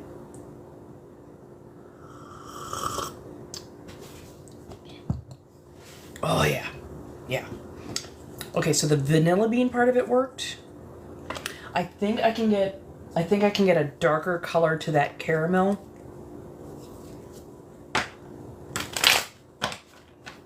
Yeah, I'm definitely gonna look up some. I'm gonna pay attention to the recipe in there and see what I need to pick up and get. Occasionally I will pull cards for myself. It's usually on special occasions, under mild alteration. Because I am intuitive just to begin with.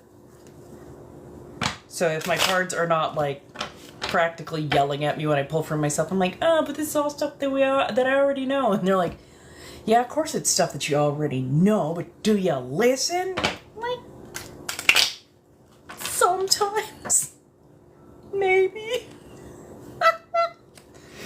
Usually also if I'm pulling for myself, I do pull from my very, very truthful blunt cards, my Shadowscape cards. Some of my long-term followers know exactly what those cards do. They roast you. They roast you for all eternity. Hello, hello. How's everybody doing tonight?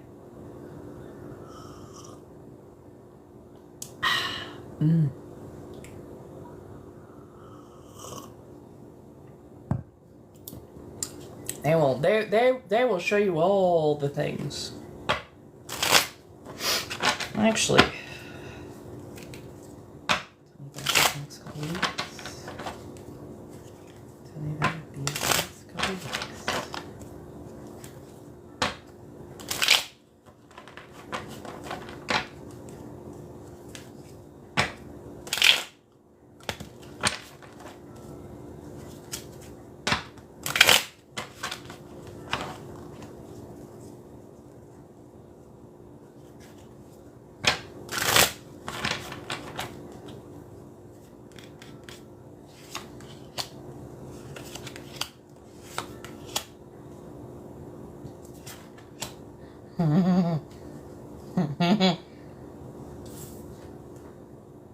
Eight of Swords, imagined worries, both real and otherwise, but you know, the stress that they add.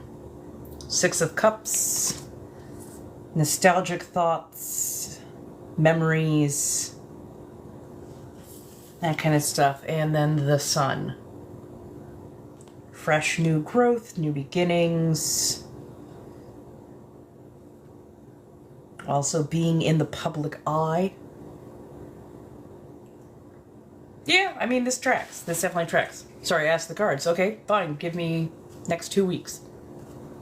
Yep, this tracks. This definitely tracks. I've tried mushroom chocolate. It was weird. It was like being in a paint can shaker. But it was interesting. It was definitely interesting. As for like the mushroom coffees, like the drinks, the mushroom coffees, sometimes are okay, and then sometimes my stomach goes, nope, nope, nope.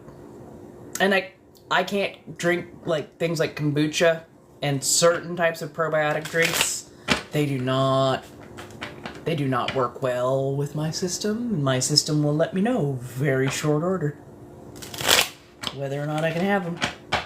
Oh, which reminds me, I should be having a bit of yogurt drink.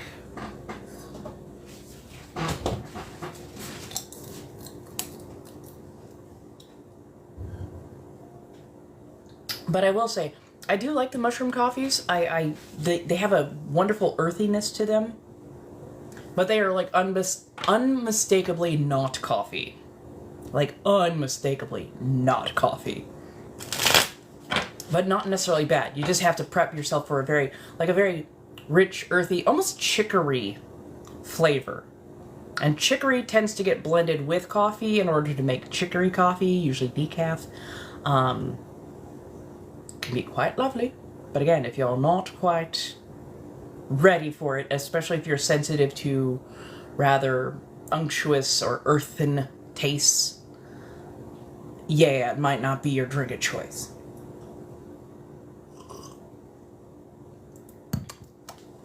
Hello, hello. So tomorrow I will be taking a mental health day. Thursday I will be back. I will have the cards, of course, with me.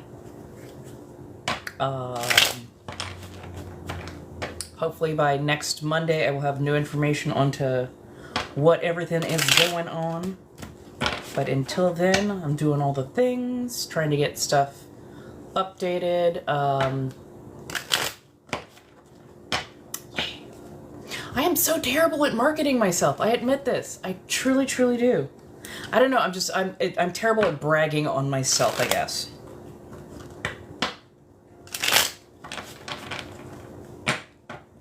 Hello, hello. Welcome in.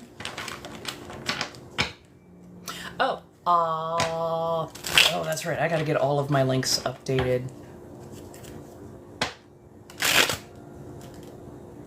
'Cause, yeah. So, darlings, come on in. Ask questions. I know that there's plenty of things rolling around in people's heads, so feel free to have at. That's what we do here in this wonderful third space. We talk about everything and nothing. It can be all manner of banter.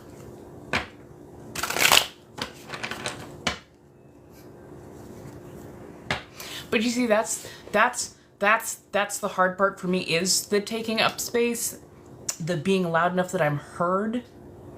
And it's much more the, I don't know how to brag about myself because it's so natural and normal to me that I'm like, how do I brag up what I already find to be just an everyday for me? Ooh, occasionally I do use a pendulum. I actually have a rose quartz pendulum and a raven's head.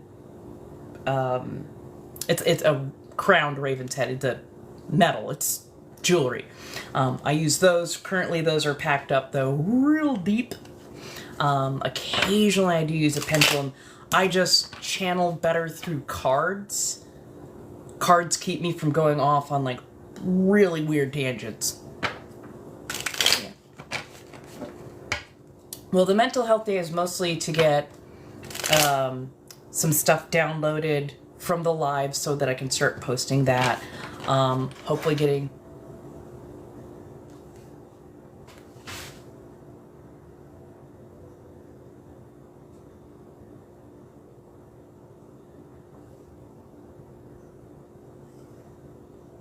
Okay. Thought I heard a mouse. Thought I heard a mouse. But yeah, no, getting stuff put up for sale. I think I am going to binge watch the rest of Low-Key. Hopefully get a few things squared away paper-wise. But yeah, just mostly it's the not having to be on schedule and like worried that if I have to take longer to get something done, that stresses me out. Because I like making calendars that I can stick to, and when certain things are going to run over or I'm going to have to be, like babysitting it throughout the day.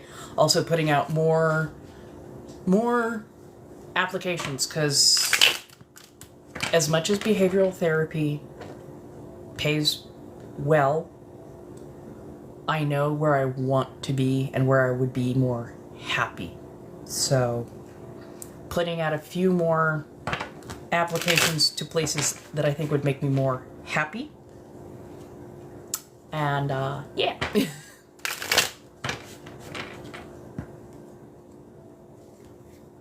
Oh dang, hell yeah. Gotta love when you're out on a wander and you find something really cool. One of the creators that I followed for a while, suddenly can't remember their name. They're like, yeah, I just went on a walk today and just something kept kind of wanting to lead me down this odd side street that I don't usually go to, but decided to follow it. And they found these two beautiful spheres. Like a rose quartz sphere, and then the other one was like this almost, it looked like a flower made from calcite, but the surrounding stone of it was much more clear in nature. So it was, they were fantastic finds. These are easily several $100s a piece if you were to go to like a rock show or a metaphysical store, like easily several $100s a piece. And she's, I found them. I'm like, fuck yeah. Oh.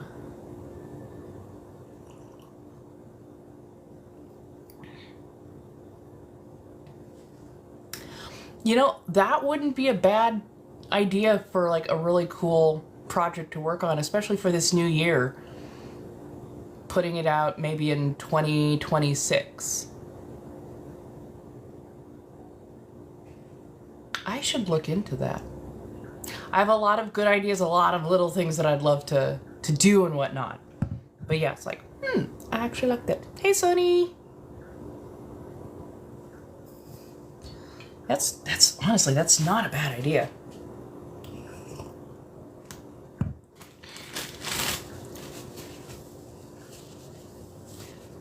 I could probably do a couple different types of calendars. I know that I could definitely do a spicy calendar. I could definitely do a spicy calendar. But yeah, also doing maybe doing a calendar of deities. Or just like, hey, you know, on this particular day, da-da-da-da-da. Oh, mark off major days for different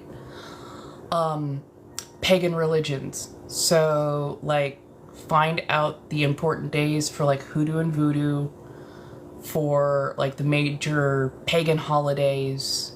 So that way people would know when, like, Mabok is versus when Samhain is versus, you know, Yule, solstice, equinox, all those kind of stuff. But, like, do it for multiple pagan communities. That way, like, if you're Norse pagan and you say you need this particular Thursday because that's a holiday, but somebody else is like, oh yeah, I've got a witchy thing, but it's like on a Saturday. That way you could coordinate your calendars a lot easier, going, oh yeah, I've got an event or a whatever on this day. I've got, you know, a holiday on this day. Okay, cool. Make it easier to coordinate from there. Or even just to give you a way to coordinate with, like, your partner. Because, like, sometimes, you know, witches date other witches and whatnot, and you're not always celebrating the same deity. So being able to be mindful of your partner's deities would also be kind of nice. Right? I figure Norse pagan, hoodoo, voodoo,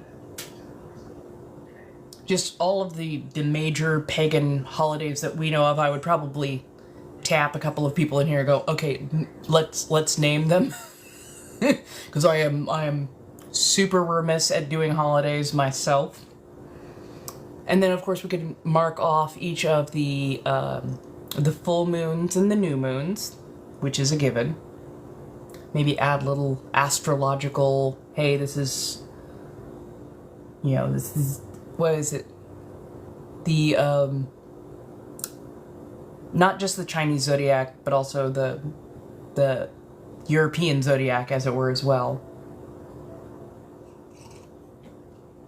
I would need to figure out all, like, the major things that needed to be included, but I'm not against this, so.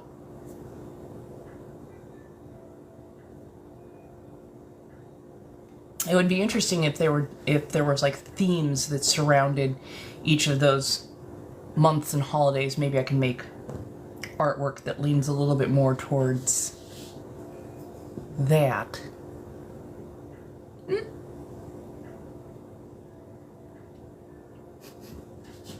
That's not a bad idea. That's honestly not a bad idea. Because Inna, while being a very, very old vampire, 40,000 plus years vampire, is a witch as well. That has always been part of the character. So, yeah.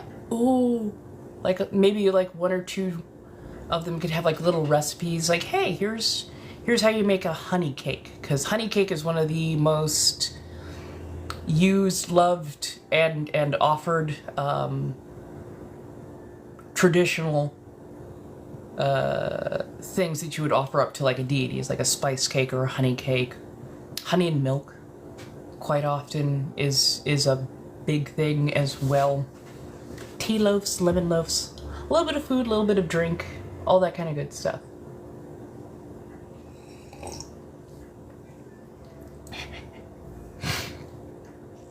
Keep poking at me about that, especially over the next couple weeks. I'm gonna need an enrichment of some variety, but yeah, keep poking at me about that. That way I can get it planned out. Who knows? We might be able to do that exact thing.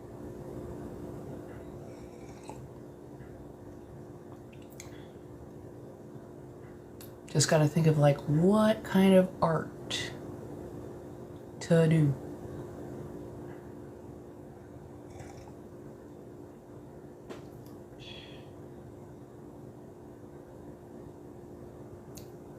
Would be nice to teach a little bit about certain symbols and emblems, because I know growing up as an evangelical Christian, I stay away from the Fae. I stay away from the Fae. I stay away from the Fae for very good reasons. I don't need any of them showing up. They do not need to make residence in my home, my house, my room, my nothing. I am not signing contracts with them.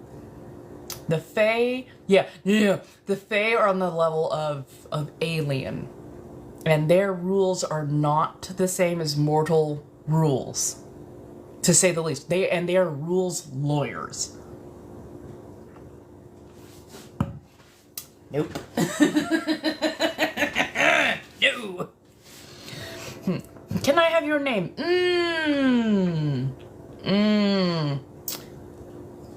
I can tell you my name. You may not have it. I still want to use it. Thank you.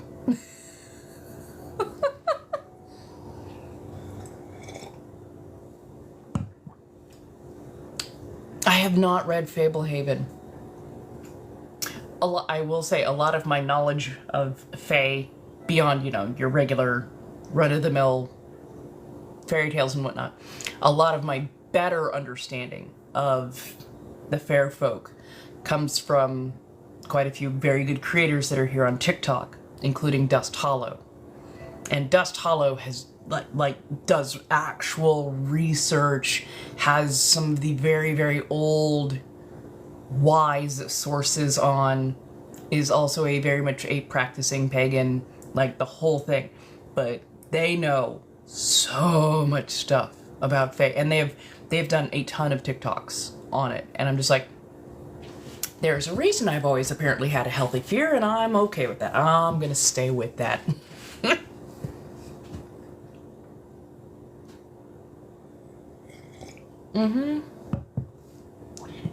Well, again, rules lawyering, and most Fae don't view humans as equals. Sometimes we're pets, sometimes we are opposition. There's a lot that goes on, but again, I don't fuck with Fae.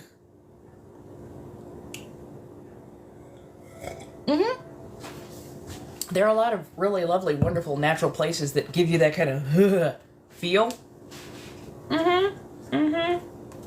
They like their places kept nice.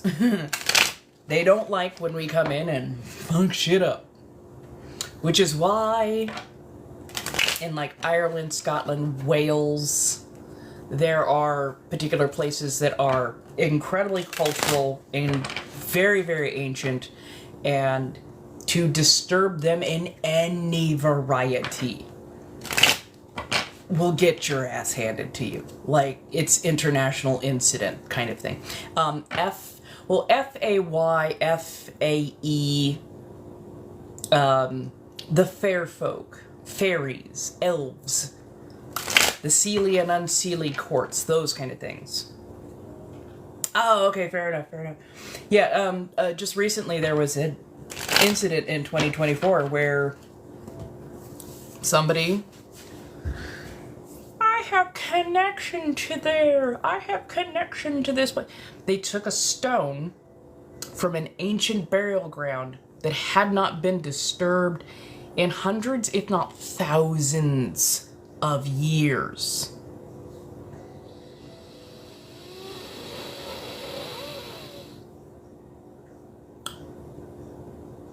And they bragged about it.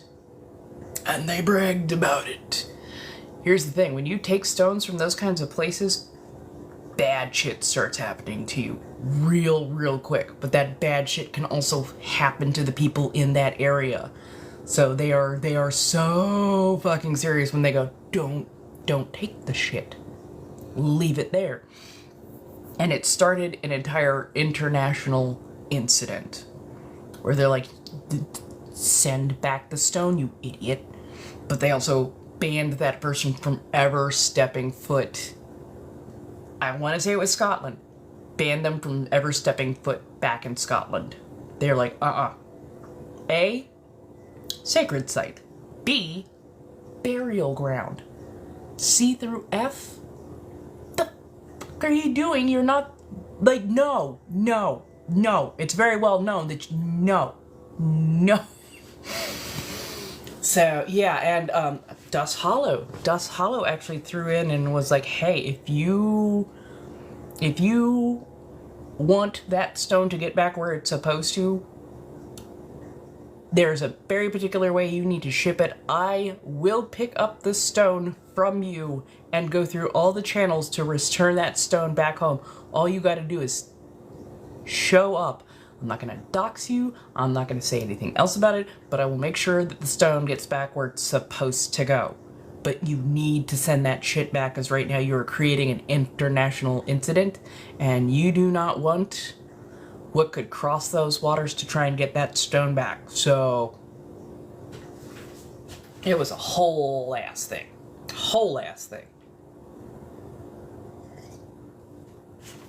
But yeah, no, don't take stones.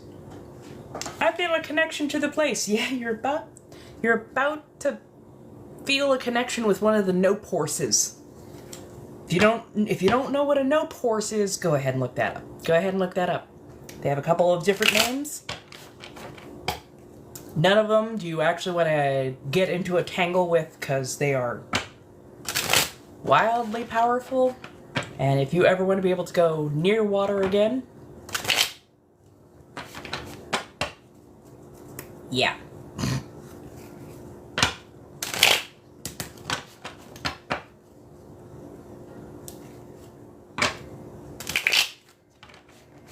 Ooh. Y'all go digging under a lot of trees. Well, maybe your particular area of resonance is Earth.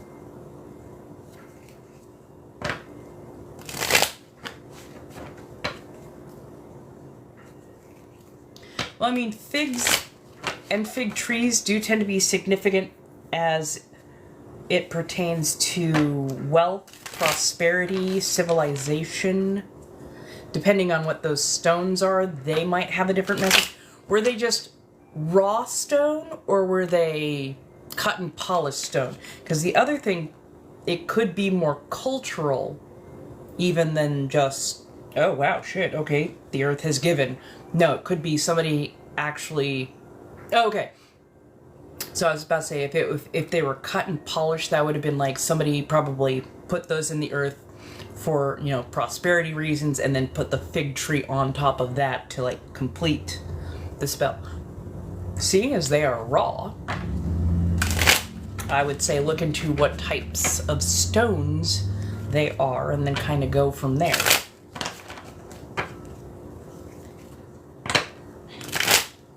I'm always jealous of people who resonate with rocks. Everybody's like, oh my god, rose quartz, oh my god, citrine, oh my god, look at this jasper and obsidian and da-da-da. I'm like, they're shiny rocks. They're shiny rocks. Hey, how you doing, King? How are you doing? Hello. For me, on the other hand, candles. Oh my god, candles. You set me in front of flame, and you can see what the resonance is like.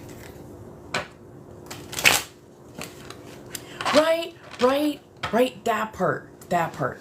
Like, sometimes I'll have a little bit of a resonance with crystals and rocks and whatnot, but for me, for the most part, they're mostly tools, and they're tools that I don't resonate easily with, so.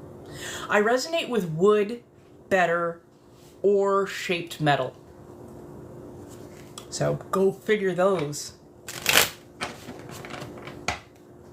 Yeah, for the most part, oils, incenses, candles, I can do all those. Rocks, I'm like, shiny rock is just shiny rock. I don't know what it is, but I don't tend to resonate with them. Certain stones, certain very particular stones, I will resonate. Garnet and sapphire.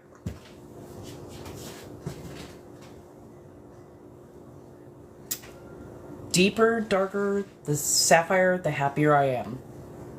The more unctuous and dark the garnet, the happier I am. There's something about those two that I resonate, and I know it feels so Steven Universe with it. I don't, like, diamonds do nothing for me. I resonate decently with pearls. But, like, most of the semi-precious, meh.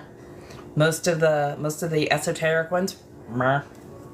Obsidian or onyx I sometimes have a resonance with, but yeah, for the most part, people hand me shiny rocks and I go, no, these aren't math rocks, these are just shiny rocks. Okay. Right? Raw garnet is just gorgeous. Ooh, moonstone. I have known several people who very much liked moonstone, and moonstone is quite lovely. It reminds me so much of opal, but without being quite so easy to shatter. Like, opal shatters like chalk. Just the one wrong move, one wrong bump, and you can break a stone. It's the reason you can't cut opal into like a faceted stone like you can with like ruby, diamond, what are some of the other ones? Like a gemstone, you can't do that with opal. Opal has to be a rounded cabochon, because all of those lovely fractal plates that you see are actual fractures in stone. So you hit them just wrong, your whole thing crumbles. Ooh, moss agate. Native American sterling.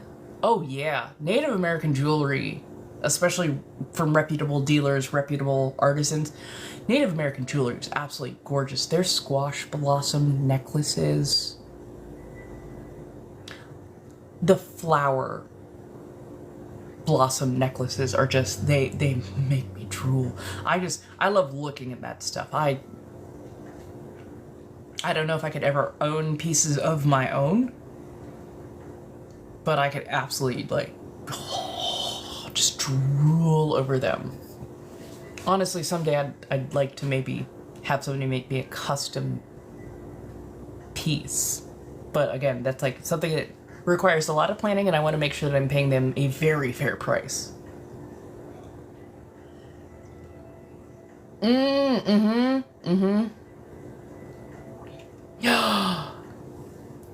She wore her ring while doing dishes? Zuni is also fantastic. Oh my god, yes.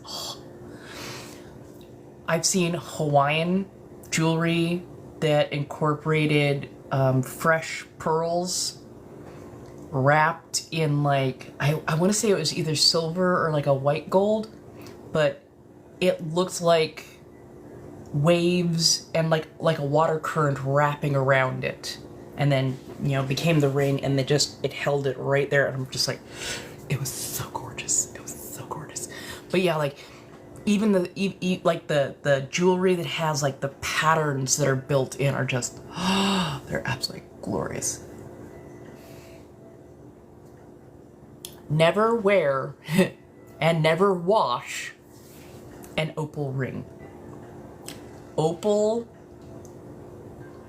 because of those tiny little facets, the soap and the water will get in there, and as it gets in there, it will expand and contract, expand and contract, expand, and it will basically, it'll work the stone apart until it just crumbles. You will lose your opal so quick that way. Yeah. Hawaiian art is so fantastic on so many different levels. It is gorgeous. It is... I love culturally significant artwork from around the world because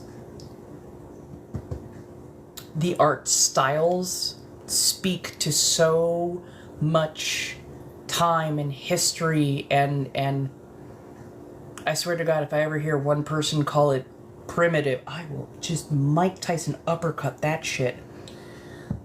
It is jewelry making without having usually high heat forges, without having, you know, all of these quote unquote refined tools. To me, it's just, you've learned how to create art with metal and stone and wood, and there's cultural significance to all of it that does not require you to make, you know, refined leaf points and, you know, all this other stuff. You're like, no. When you make this, there is soul in it. There's the difference, is there's soul in it. It's not just a mass market piece. It is a piece that has a part of the artisan's soul in it, and that changes it greatly. Thank you. Well, you know, like, I learned stuff when I'm out and about on my doom scrolls, or when I'm, you know, watching TV, listening to reviews, all that other kind of stuff, and to me, some information, some customs, some things need gatekeeping, others need their nuance shared, and still other things are just like, if it's not in the general knowledge already, it should be, because it could save somebody from, you know, losing a dear loved piece, or, you know, eating the wrong food at the wrong particular time, which can have devastating results. Also, you know, sometimes it's just cautionary information.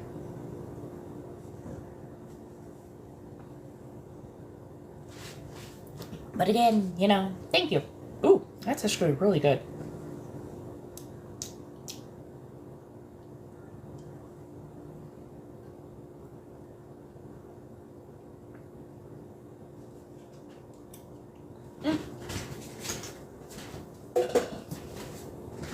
Oh, that's good.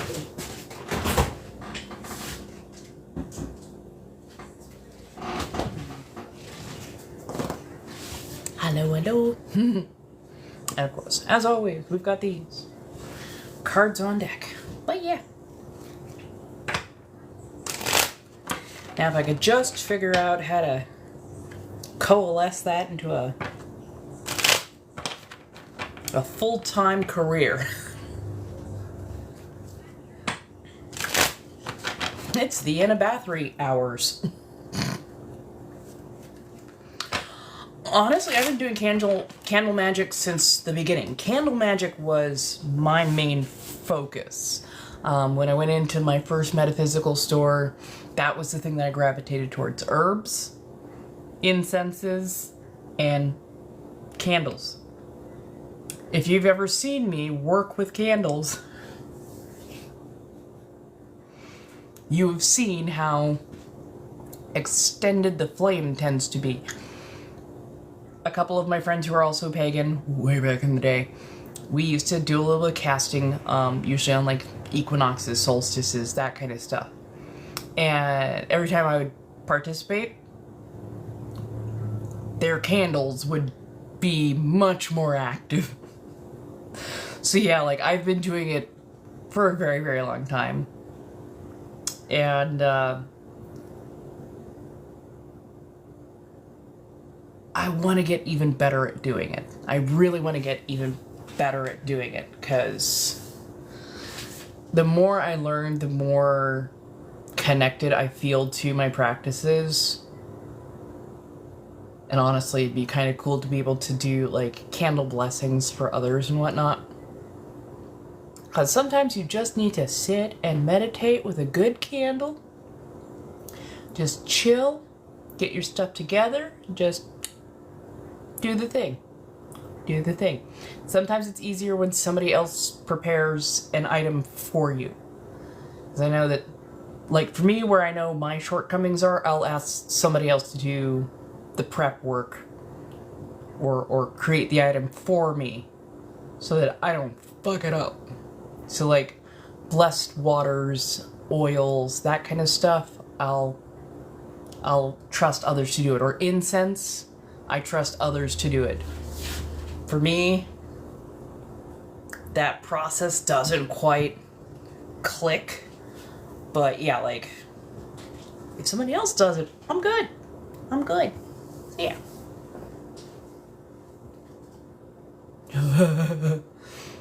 I played with a Ouija board once.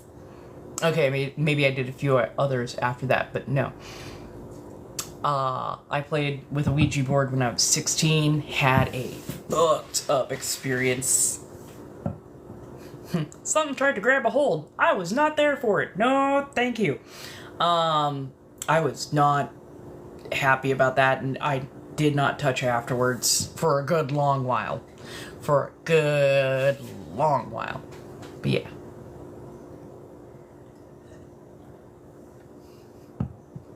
That would definitely be fun. That would definitely be fun. Right? Right? Like, between flame gazing or even just, like, being near it, reading a book, kind of decompressing while you've got it going, you can always kind of see what's going on with it. But yeah. Well, I say grabbed. What I mean was possessed. What I mean was shoved inside my brain, and it... I felt incredibly disorientated. Very discombobulated. And yeah, I got like super dizzy and practically passed out, and I'm like, nope! Nope! No! Absolutely! Nope! Nope, nope, nope. Nope, nope, nope, nope. Nope, nope, nope, nope, nope, nope. Nope. Nope. I was not happy with that. So yeah, I was like, that is not the thing for me. At least not now, because I didn't know that could happen. I don't want that happening again. No, thank you. No, thank you. Because yeah, if the thing that I had contacted with my friend had been a little bit more malicious,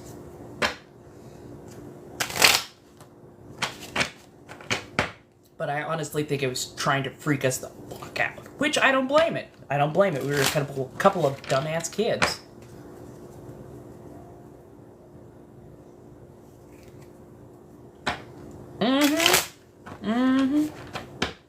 Again, So many fairy tales. There's reasons that you're not supposed to be certain places at night or do certain things in certain places. A lot of those myth and legend exist, and if you are in their territory, yeah.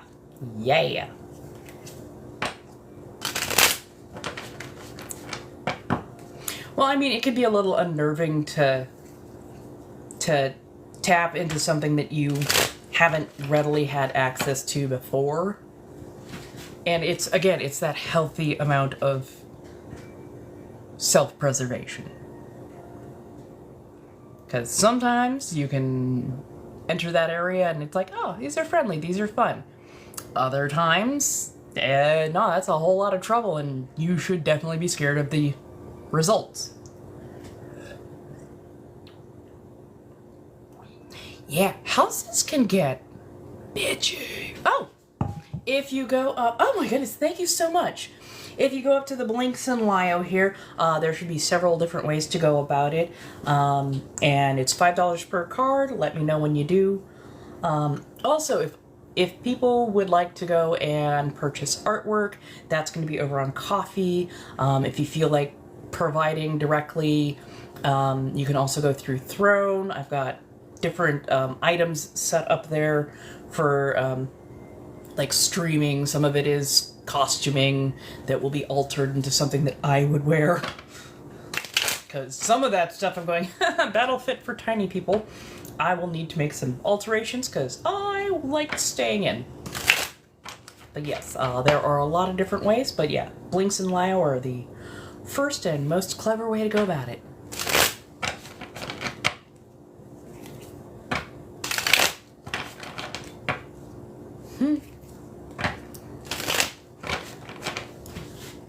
My friend's house is how I found out that I was headblind.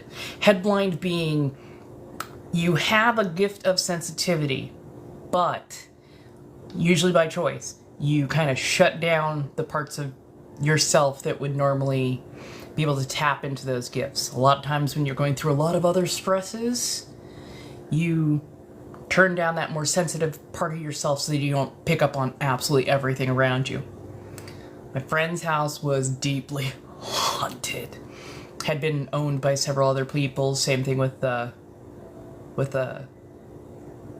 other houses had sat on that plot for a while. So there were multiple entities there. Especially in a particular side bedroom, which I would sleep over there every now and again. And either people would sit on the foot of the bed, and this has not just happened to me, it happened to other people who'd stayed over their house. Either like a male figure would come and sit at the end of the bed quite often, or sometimes sit on the chest, depending on how froggy he was feeling apparently. Or the clock in the room would be god-awful loud. I'm talking go from a regular tick, tick, tick, tick, tick, tick, tick, tick, motherfucker, tick. You're like, I am trying to sleep. And like, I literally told that room on more than one occasion, apparently, I am trying to sleep. You need to shut up. And just right back to sleep. And next morning, like, my friend's like, so, how was the sleep? I'm like, well, after I told the clock to shut up, it was fine, but, you know, kept me up till at least midnight or so, just being really loud. They're like, that didn't freak you out? I'm like, no, not exactly. What are they gonna do? I mean, honestly, yeah. And they're like, I don't know if this is brave, bold, or ragingly stupid, but you're sensitive, but shit if you weren't combating that, so yeah. I'm like, hey, how you doing, darling?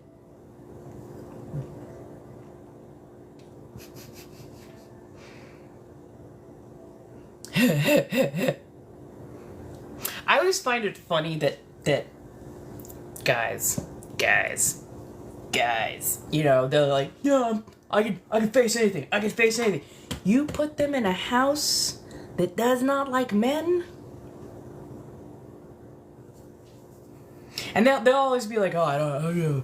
It's the incense. It's the witchy stuff you're doing. No, that's freaking me out. I'm like, you were already cagey before I lit a candle.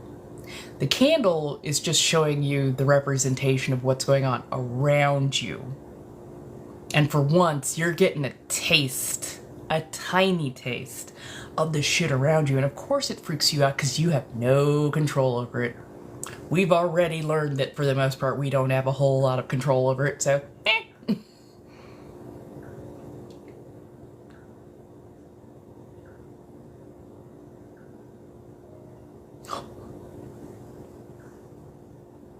Dang.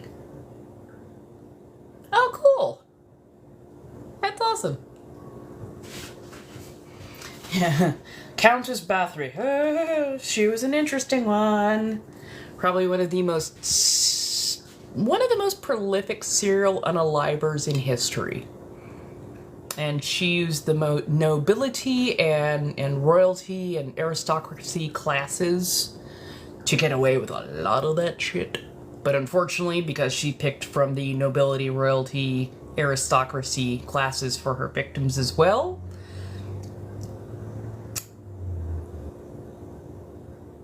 it's like a billionaire taking out other billionaires. That was her problem. If she had only aimed at the peasantry, she might have been able to go on for a much longer time, but she started taking from nobility, royalty, and aristocracy.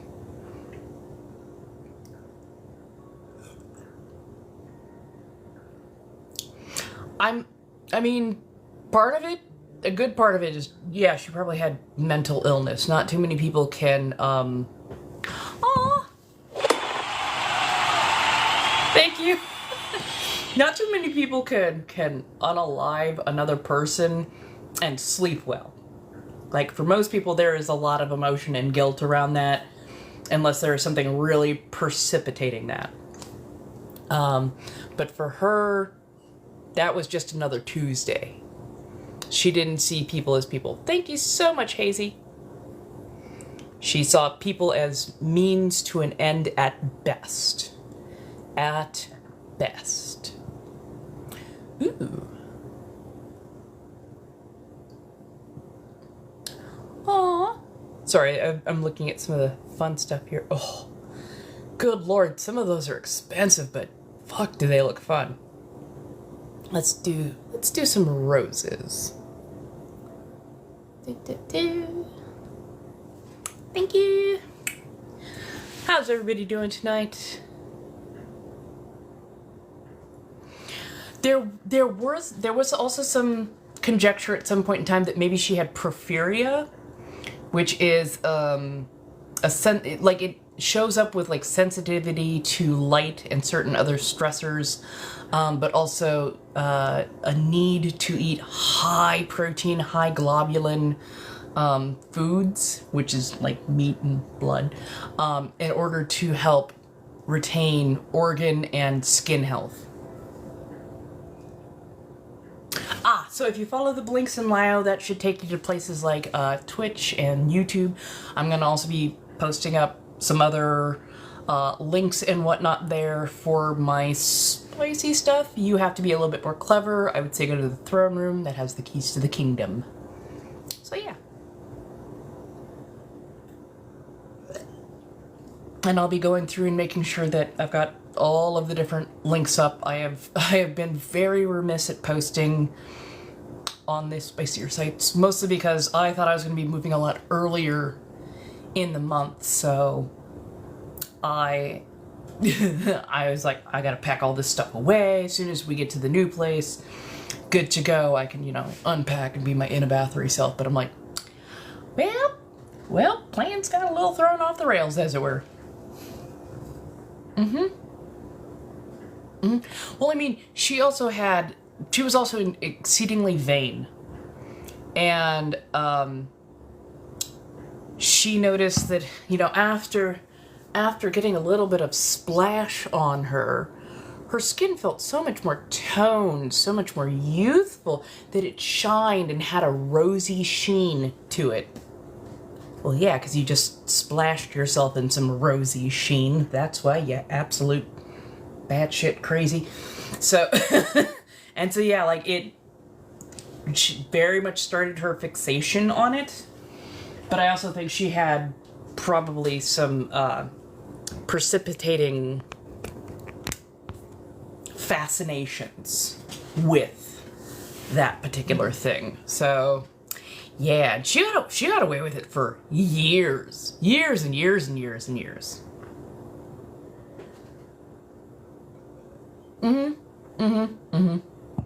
That part, because it started out with just like taking a little bit, and then, yeah, just progressed to become taking a lot more. And there is some supposition that the word bath, or the practice of taking a bath, sort of originated around her when it came to Europeans, and that might have had some, how do I put this? Might have had some sway as to why bathing was so fucking unpopular, was because of that association.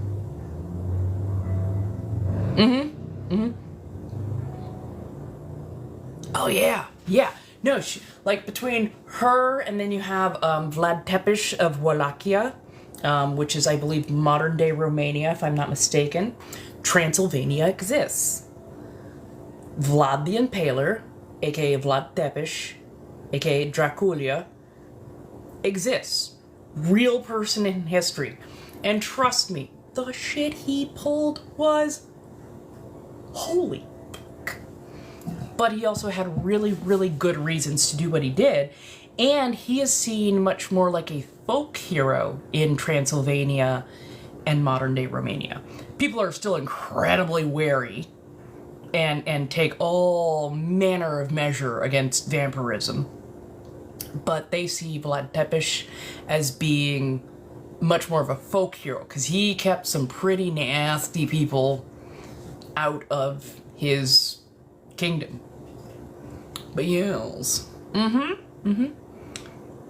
He he impaled, he boiled in oil, he filleted. Like, yeah, he was incredibly cruel. Sometimes to his own people, but mostly to people who did not follow the law or people who tried to invade his kingdom. He made examples, very, very public examples. And yeah, like, he had his enemies terrified for a very good reason.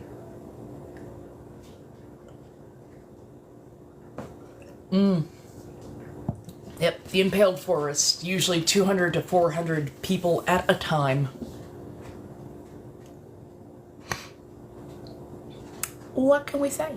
And the funny thing is vampire stories or stories of creatures that drank deep red didn't even start in Europe, but most of our lore kind of seems to sit there, and people don't realize that vampires or life essence drinkers are a worldwide phenomenon. They have them in China, in Japan, in Korea. They have them all over Asia, all over Europe, in a variety of different ways. But also there are very much roots in Africa as well. Now, each class or lineage of vampire has slightly different weaknesses. So, like, what is it? Crosses and running water and garlic, holy water being able to, do the thing, and sunlight. Those are very much a European thing. Other places, all you need is a little strip of paper with, like, a particular prayer or sutra on them and on the forehead, and it neutralizes them. There are certain vampires in China that can only move by hopping. Yeah, and honestly, some of the tales are just cannibals. The hills have eyes, and certain other horror classics were based off of real life people, including a Scottish clan that was deeply inbred. Deeply. But beyond being inbred, they also would capture people along the roadside, and they were what's for dinner. Oh yeah, no, it is. There's honestly a wide and wild history, and an amazing history. Absolutely amazing history behind so many of the things. Yes, they were living in caves. There was I think they found 3 or 4 generations living in those caves. And they had unalived at least. The reports vary greatly, and we'll never quite know, but I think they had bones from at least a couple hundred people. So, yeah.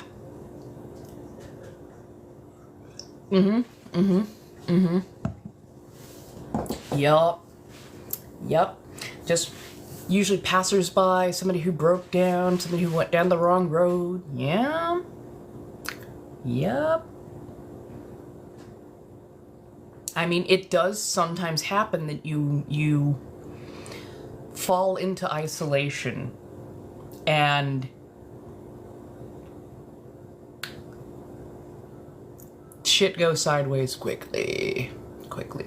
But then again, Europe, a lot of other places too, but usually in other cultures, if you're consuming someone, they are either a family member, and you're reclaiming the power, it's part of the culture, it's that kind of thing, or you're eating a sworn enemy and taking on their power. But again, it is done from reverence. Europe was one of the places that people were seen as food. It's an ugly history that they often try to cover over, but the instances of cannibalism are pretty damn prolific, and their taste for long pig is the reason we don't know nearly as much about mummies and Egyptian history. Yeah, they ate a lot of people jerky and made it into medicine and paints and a bunch of other stuff, but yeah.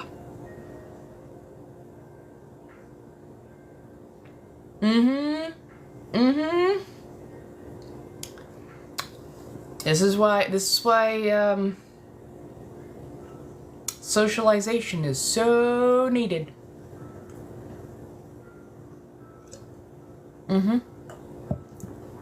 Yep, they would have actual unwrapping parties.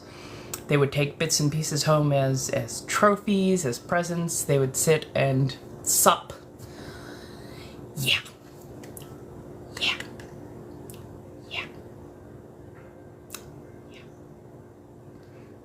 I believe it was also an American author that literally created a cookbook on how to prepare enslaved people for consumption.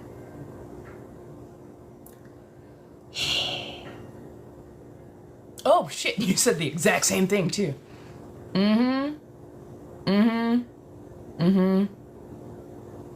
Well, and here's the thing. I wish that they would go in and do a study of families that were especially prolific at doing that, because I want to know what their brains look like. There's this thing called a prion or a prion, which is basically a misfolded bit of protein. And we see them occur quite often in brains and nervous systems of particular animals, and it's one of the biggest reasons you're not supposed to necessarily eat like the spinal cord, the brain, the nervous system, and the like, because these things, these prions and viruses, can hide in those spaces, and it becomes incredibly detrimental.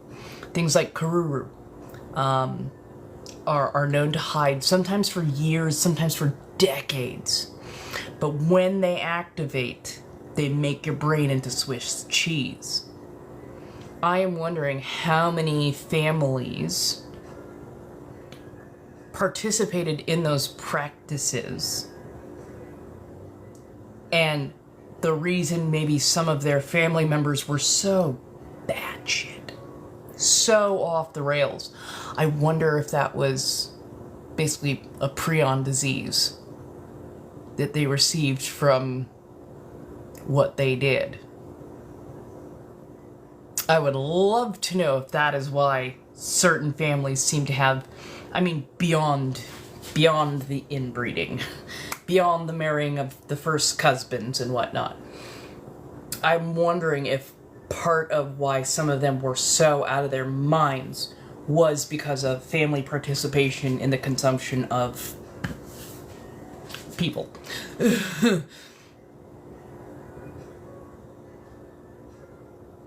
I know that they're unalive. And I'm not saying anybody should ever go out and just find where they got put to rest, but it would be wild to get scans of family members, like lineage-wise family members who are still alive, and see if any of that got passed on. But also it'd be fascinating to, I don't know, find out if there's a couple of them just around somewhere and just do a couple scans, do a little testing. They take BIPOC bones and bodies and other stuff all the time and test it as they see fit. Why not see if there was something that precipitated some of the ugliness? Just saying.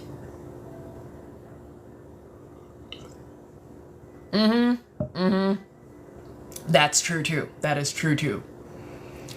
Operation Paperclip.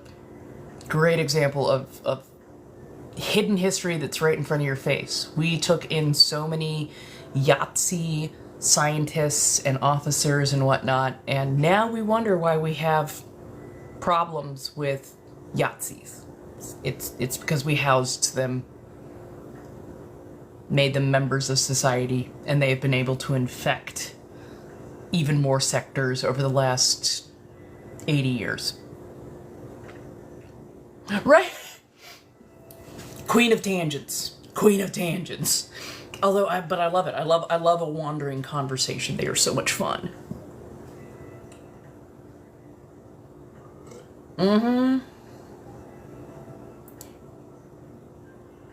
Oh yeah. Yeah. Hey!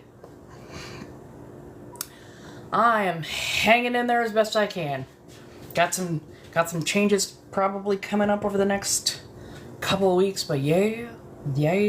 Gonna do some fun stuff hopefully, and moving into a bold new world, to say the least.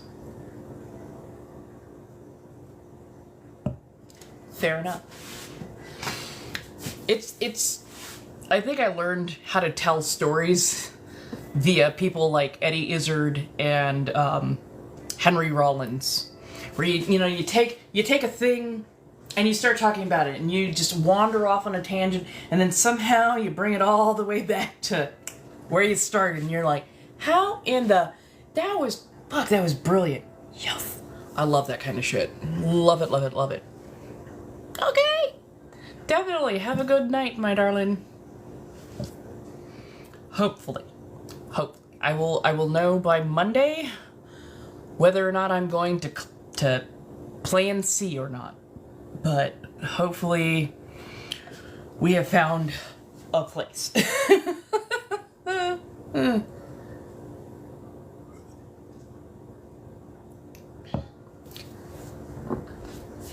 Fair enough.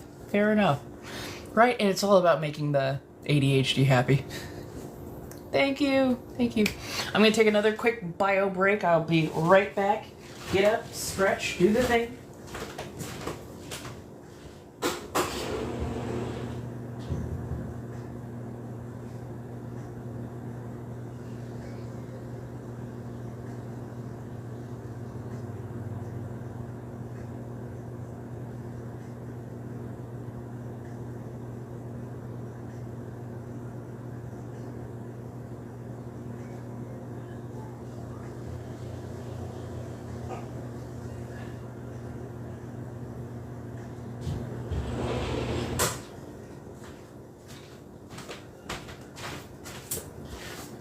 Ooh.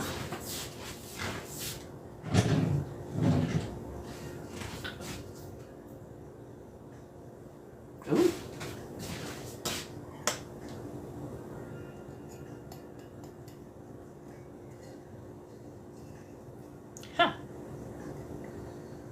It's coming out like sugar crystals. Interesting.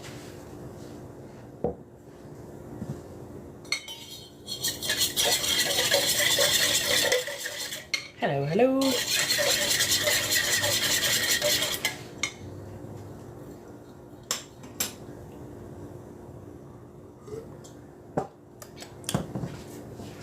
Not out of that.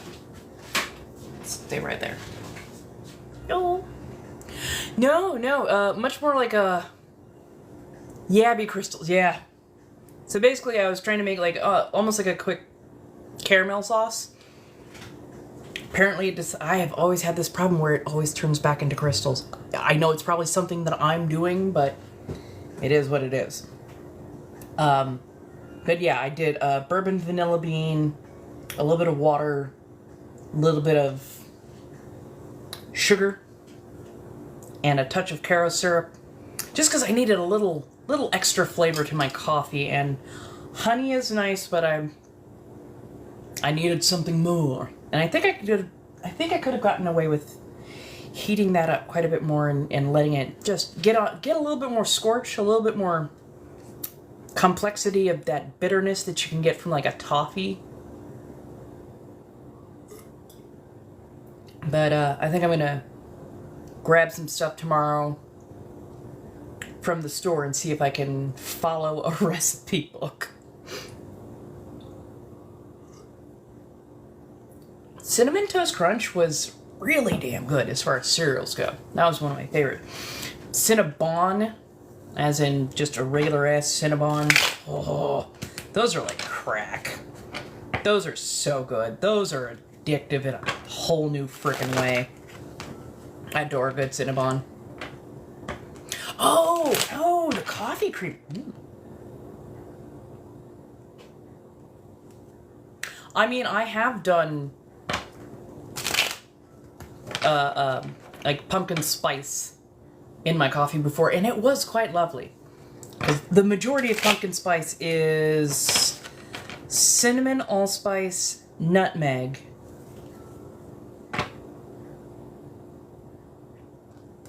cinnamon, allspice, nutmeg, clove, and ginger, if I'm not mistaken.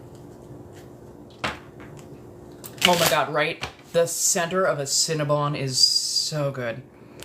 That is like the best thing ever created. I will fist fight a rich man for the middle of a Cinnabon.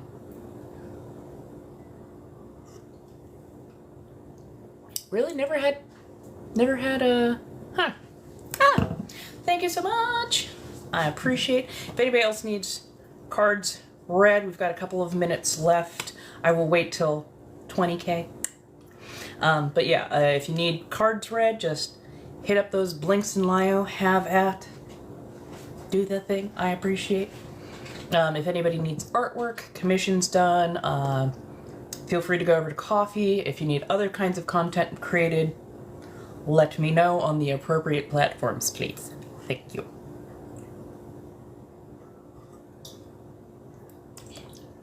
Yeah, I think I could toast it up a little bit more.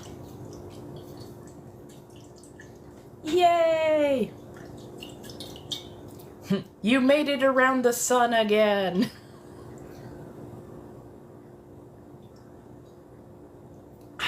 That's good shit. Gotta love it when you make it around. Hello! Hello. How do you do? Welcome back. Made it to 25. Fuck yeah. Honestly, some days it's impressive to get to that age. Because you're like, all the shit I've done, I'm amazed I'm here. Yeah. I had a couple of friends who were like, damn, you actually made it. And I'm like, yeah, I know. You would have thought with those last couple months. Alright. Happy birthday.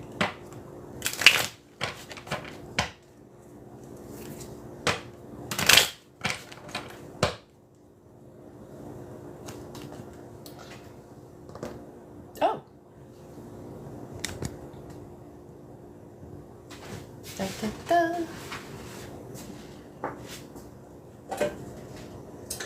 I might try reheating that at some point and seeing if I can get that to do the thing.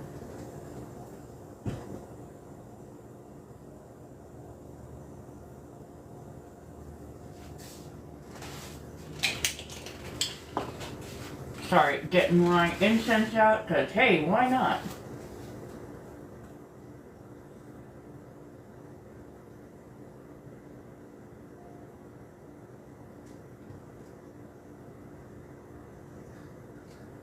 See, incense.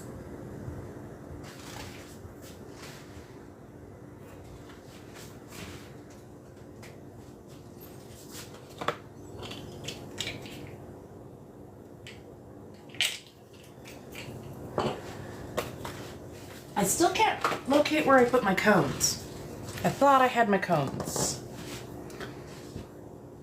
A little bit of Palo Santo. Yeah, there we're doing good there. And then a little bit of dragon's blood. I need to pick up, I think, lavender cones. A little something for calming. Maybe a couple of candles tomorrow. Oh my god, yes. Okay, so, especially during the winter months, find yourself a good citrus tea or something that has extra vitamin C in it. I absolutely adore this. It reminds me a lot of wassail. I could actually drink this on a pretty regular basis, and it's caffeine free. So, like, coffee, I can drink a couple cups a day.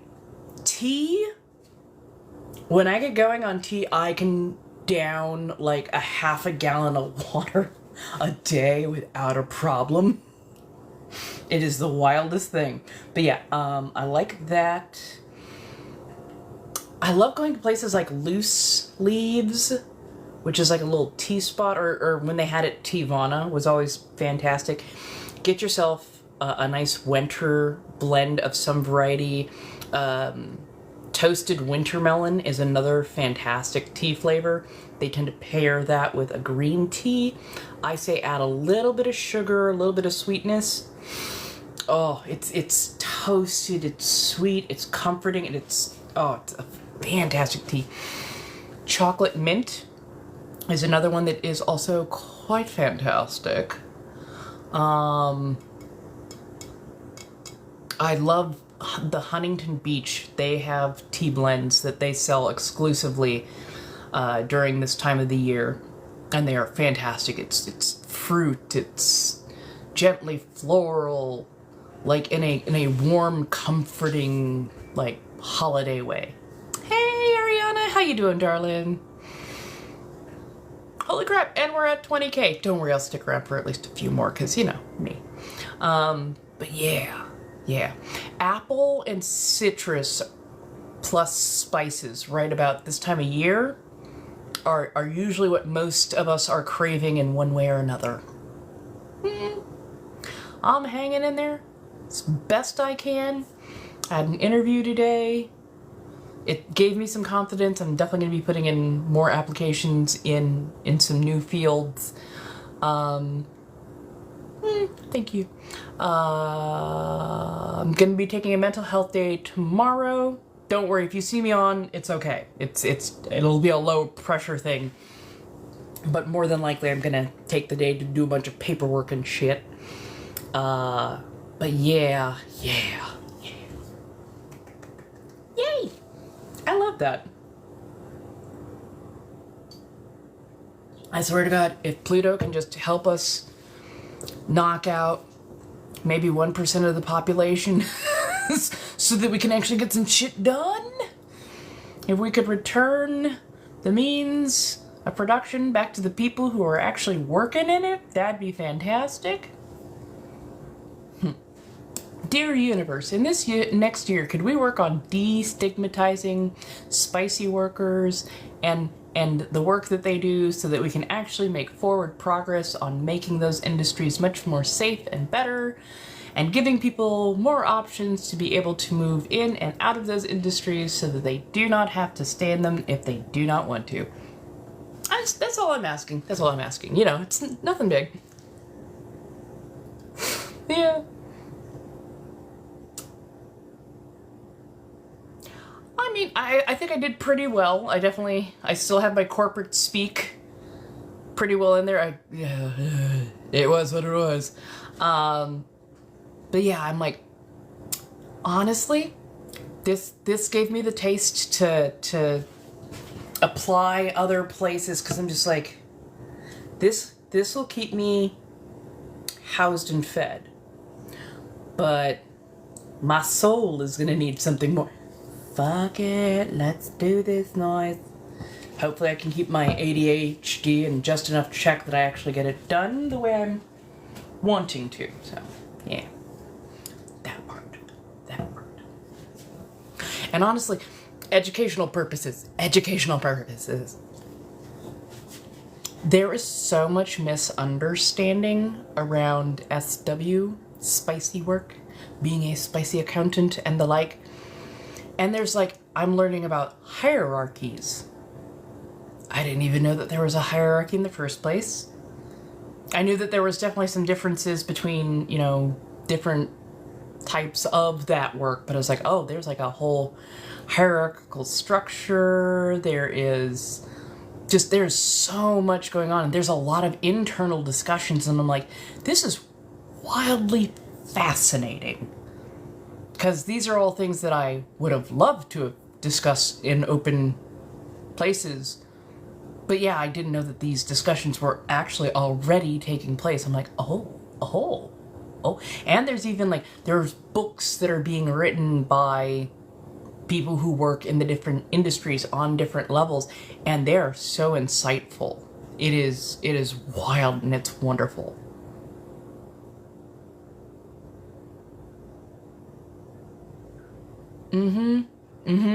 That part. I think so many of us are fed up and tired and just, we want our damn souls back. We were promised if we did XYZ, we would get our souls back. And it never occurred. Pardon as I switch something up real quick.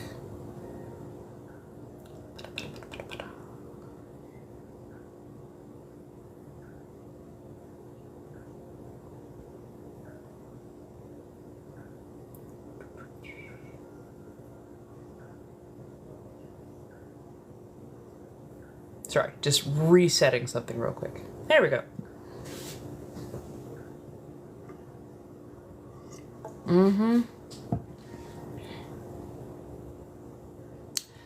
That part.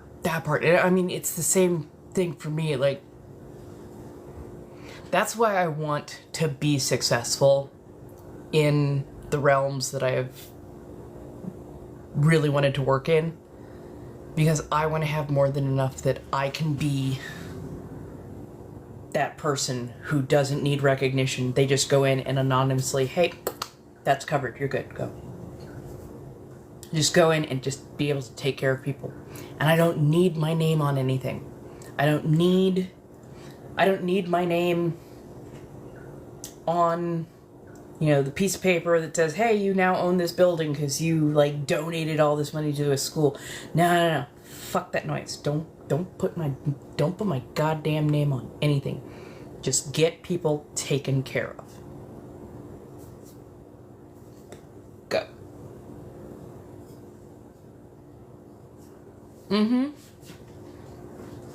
That part. There are so many retail jobs. You are forced to ask people, hey, do you want to sign up for a credit card and save 20% today off your entire purchase, including clearance items?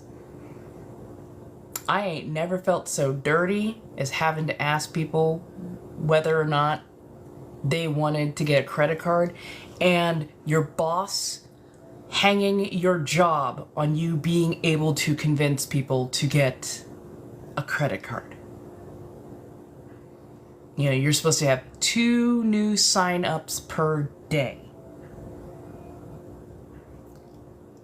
And yeah, if you don't get those, they start busting down your hours.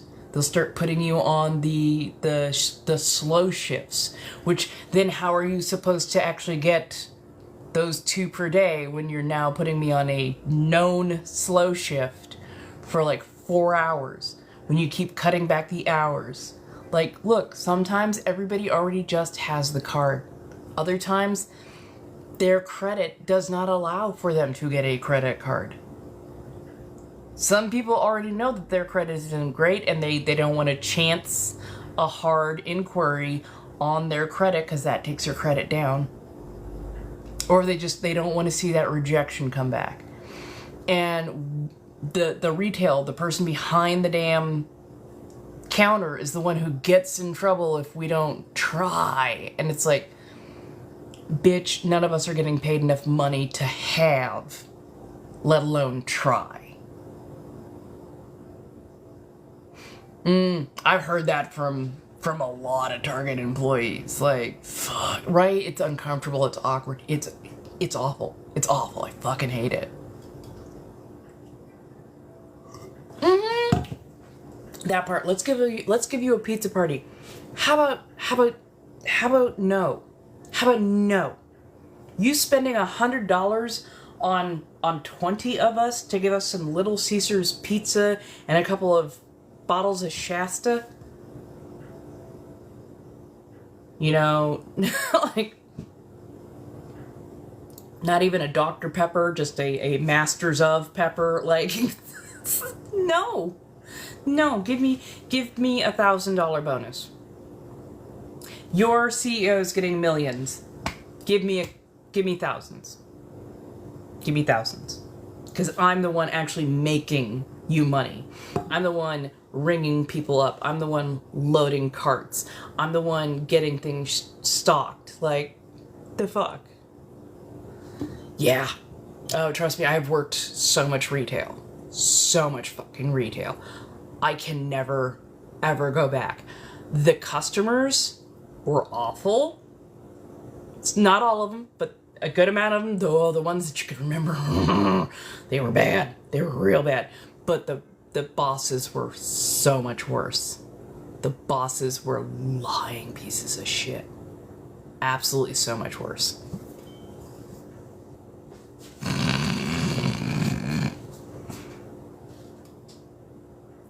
Right? Tax-free money. And here's the thing. Anytime a big corporation asks if you'd like to donate to, you know, children's with slightly crossed toes, or, you know, hey, would you like to donate for this, that, and the third? Every single penny that you give them, they give to that charity, and then they use that they donated, they get to write that off on their taxes. You just paid to reduce their taxes. And they count on your altruism as a caring member of society. And they know that you would give to your neighbor. And they use that knowledge against you so that they can have a little bit more or a lot of it more in their pockets. Tax fucking free.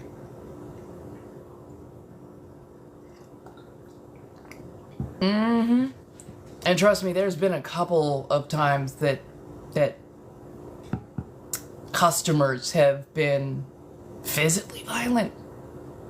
And I am not the one to fuck with when it comes to that. There have definitely been times where I'm like, yeah, nope, I gotta nope. Mm-hmm. That part. Oh, thank you so much for the Rosa. I appreciate that. But yeah, no, you're 1,000% right, Playful. Mm-hmm. Well, and they again, not only are they playing on the altruism and the holiday spirit, as it were, they are also banking on people receiving bonuses and therefore having a little extra money on hand. That's what they're banking on. But of course now so many people have been losing their jobs right before the holidays that I think a lot of charities are going to feel the clamp this holiday season, because CEOs are just like, oh, 20% of the workforce gone.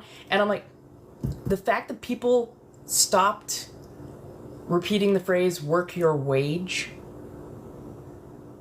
Does anybody remember work your wage? More now than ever, that should be a rally cry. Because they're not paying us. How many corporations have been putting out ghost job postings? And how many of these corporations are now like trimming the fat, reducing the workforce even more with no jobs? I'm sorry, but what do they expect? And I get that they're using cop cities and building for-profit prisons to handle the spike in homelessness that we're about to see, but I want to know how much further they think they can actually push the civilian populace before something goes really fucking sideways. It's not going to be pretty on either side, honestly. And I honestly don't know how to proceed towards something more pleasant, because they are not going to give up power without a lot of yelling and kicking and screaming. But I mean, I think we all know this. But we're all just kind of sitting there looking at each other going, but I don't want to hurt people. I don't want to have to kick and scream and fight and stomp and all that kind of stuff. Just, But again, welcome to class consciousness. It's one of those hard things to deal with. Well, mostly I'll be getting ready to move. Hopefully. No, actually, I will be. I'll be getting ready to move. I might do a Friendsgiving. I've got to find something sociable to do. Oh, actually, I can poke at a couple of my friends and see if they're still in town around that day. Get together, do some hot chocolate and some fun stuff. But yeah, for the most part, I'm just getting ready to get moved so that I can just go. But if nothing else, maybe I will do a little like a live on that day. Maybe do some fun stuff. I don't know, figure it out from there. Ooh, maybe I will have enough time to start that sewing project that I really, really want to do. It might be a more regular dress rather than a corseted dress, so just saying.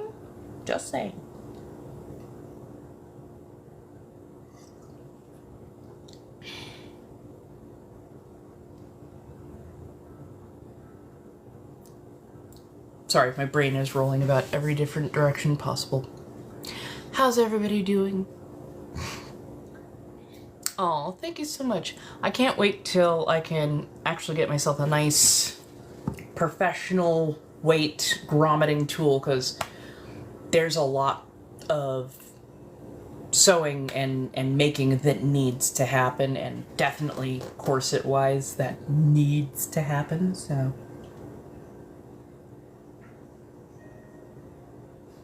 I can't wait to do it. Oh, I can't wait to do it. I have plans. I just need to make them happen. I don't know, part of me is like, yes, I want to have a regular-ish 9 to 5, but the other part of me is, if I was fully content creator freelance. What would that look like?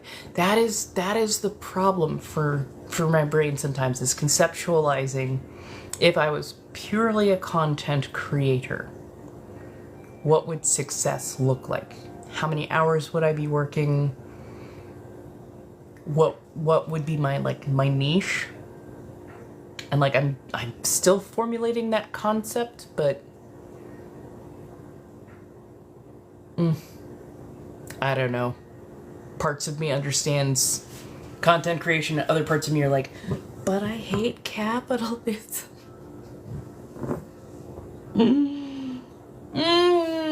It is a paradox.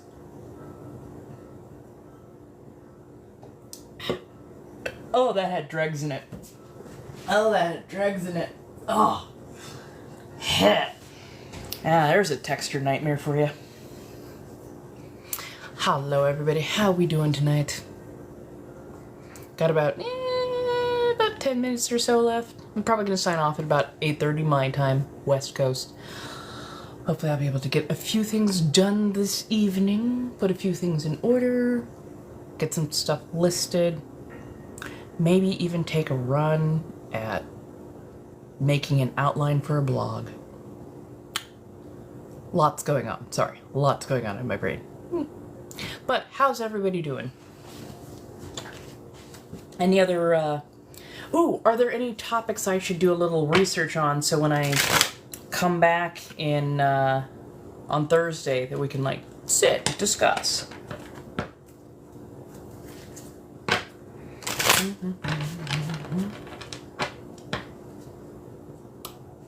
Well, I think my blog would probably be partially about, my life, being a witch, being a person who creates and designs and whatnot.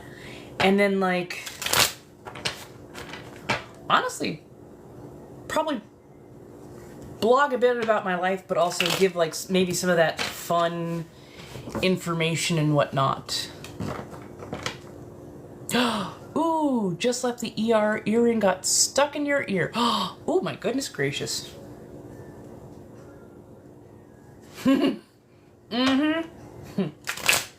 Boy, you gotta love a good Mercury retrograde, right? I am honestly funny.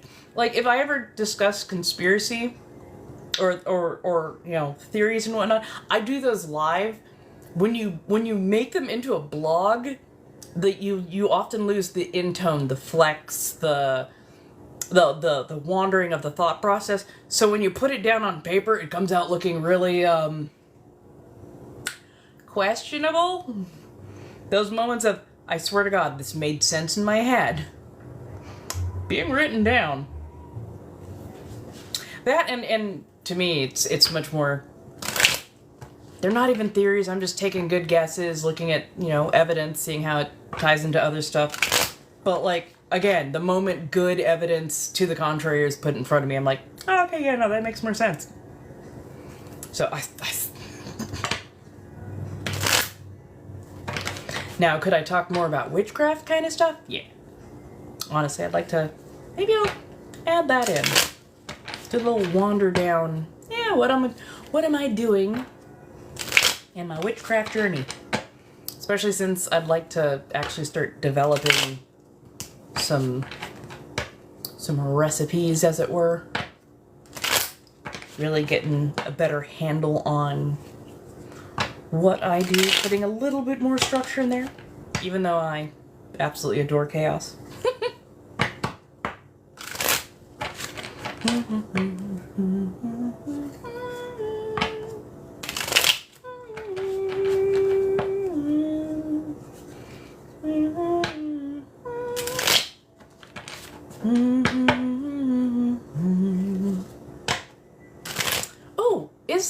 Has there been another episode of Hell of a Boss out, or are we still on 11 episodes?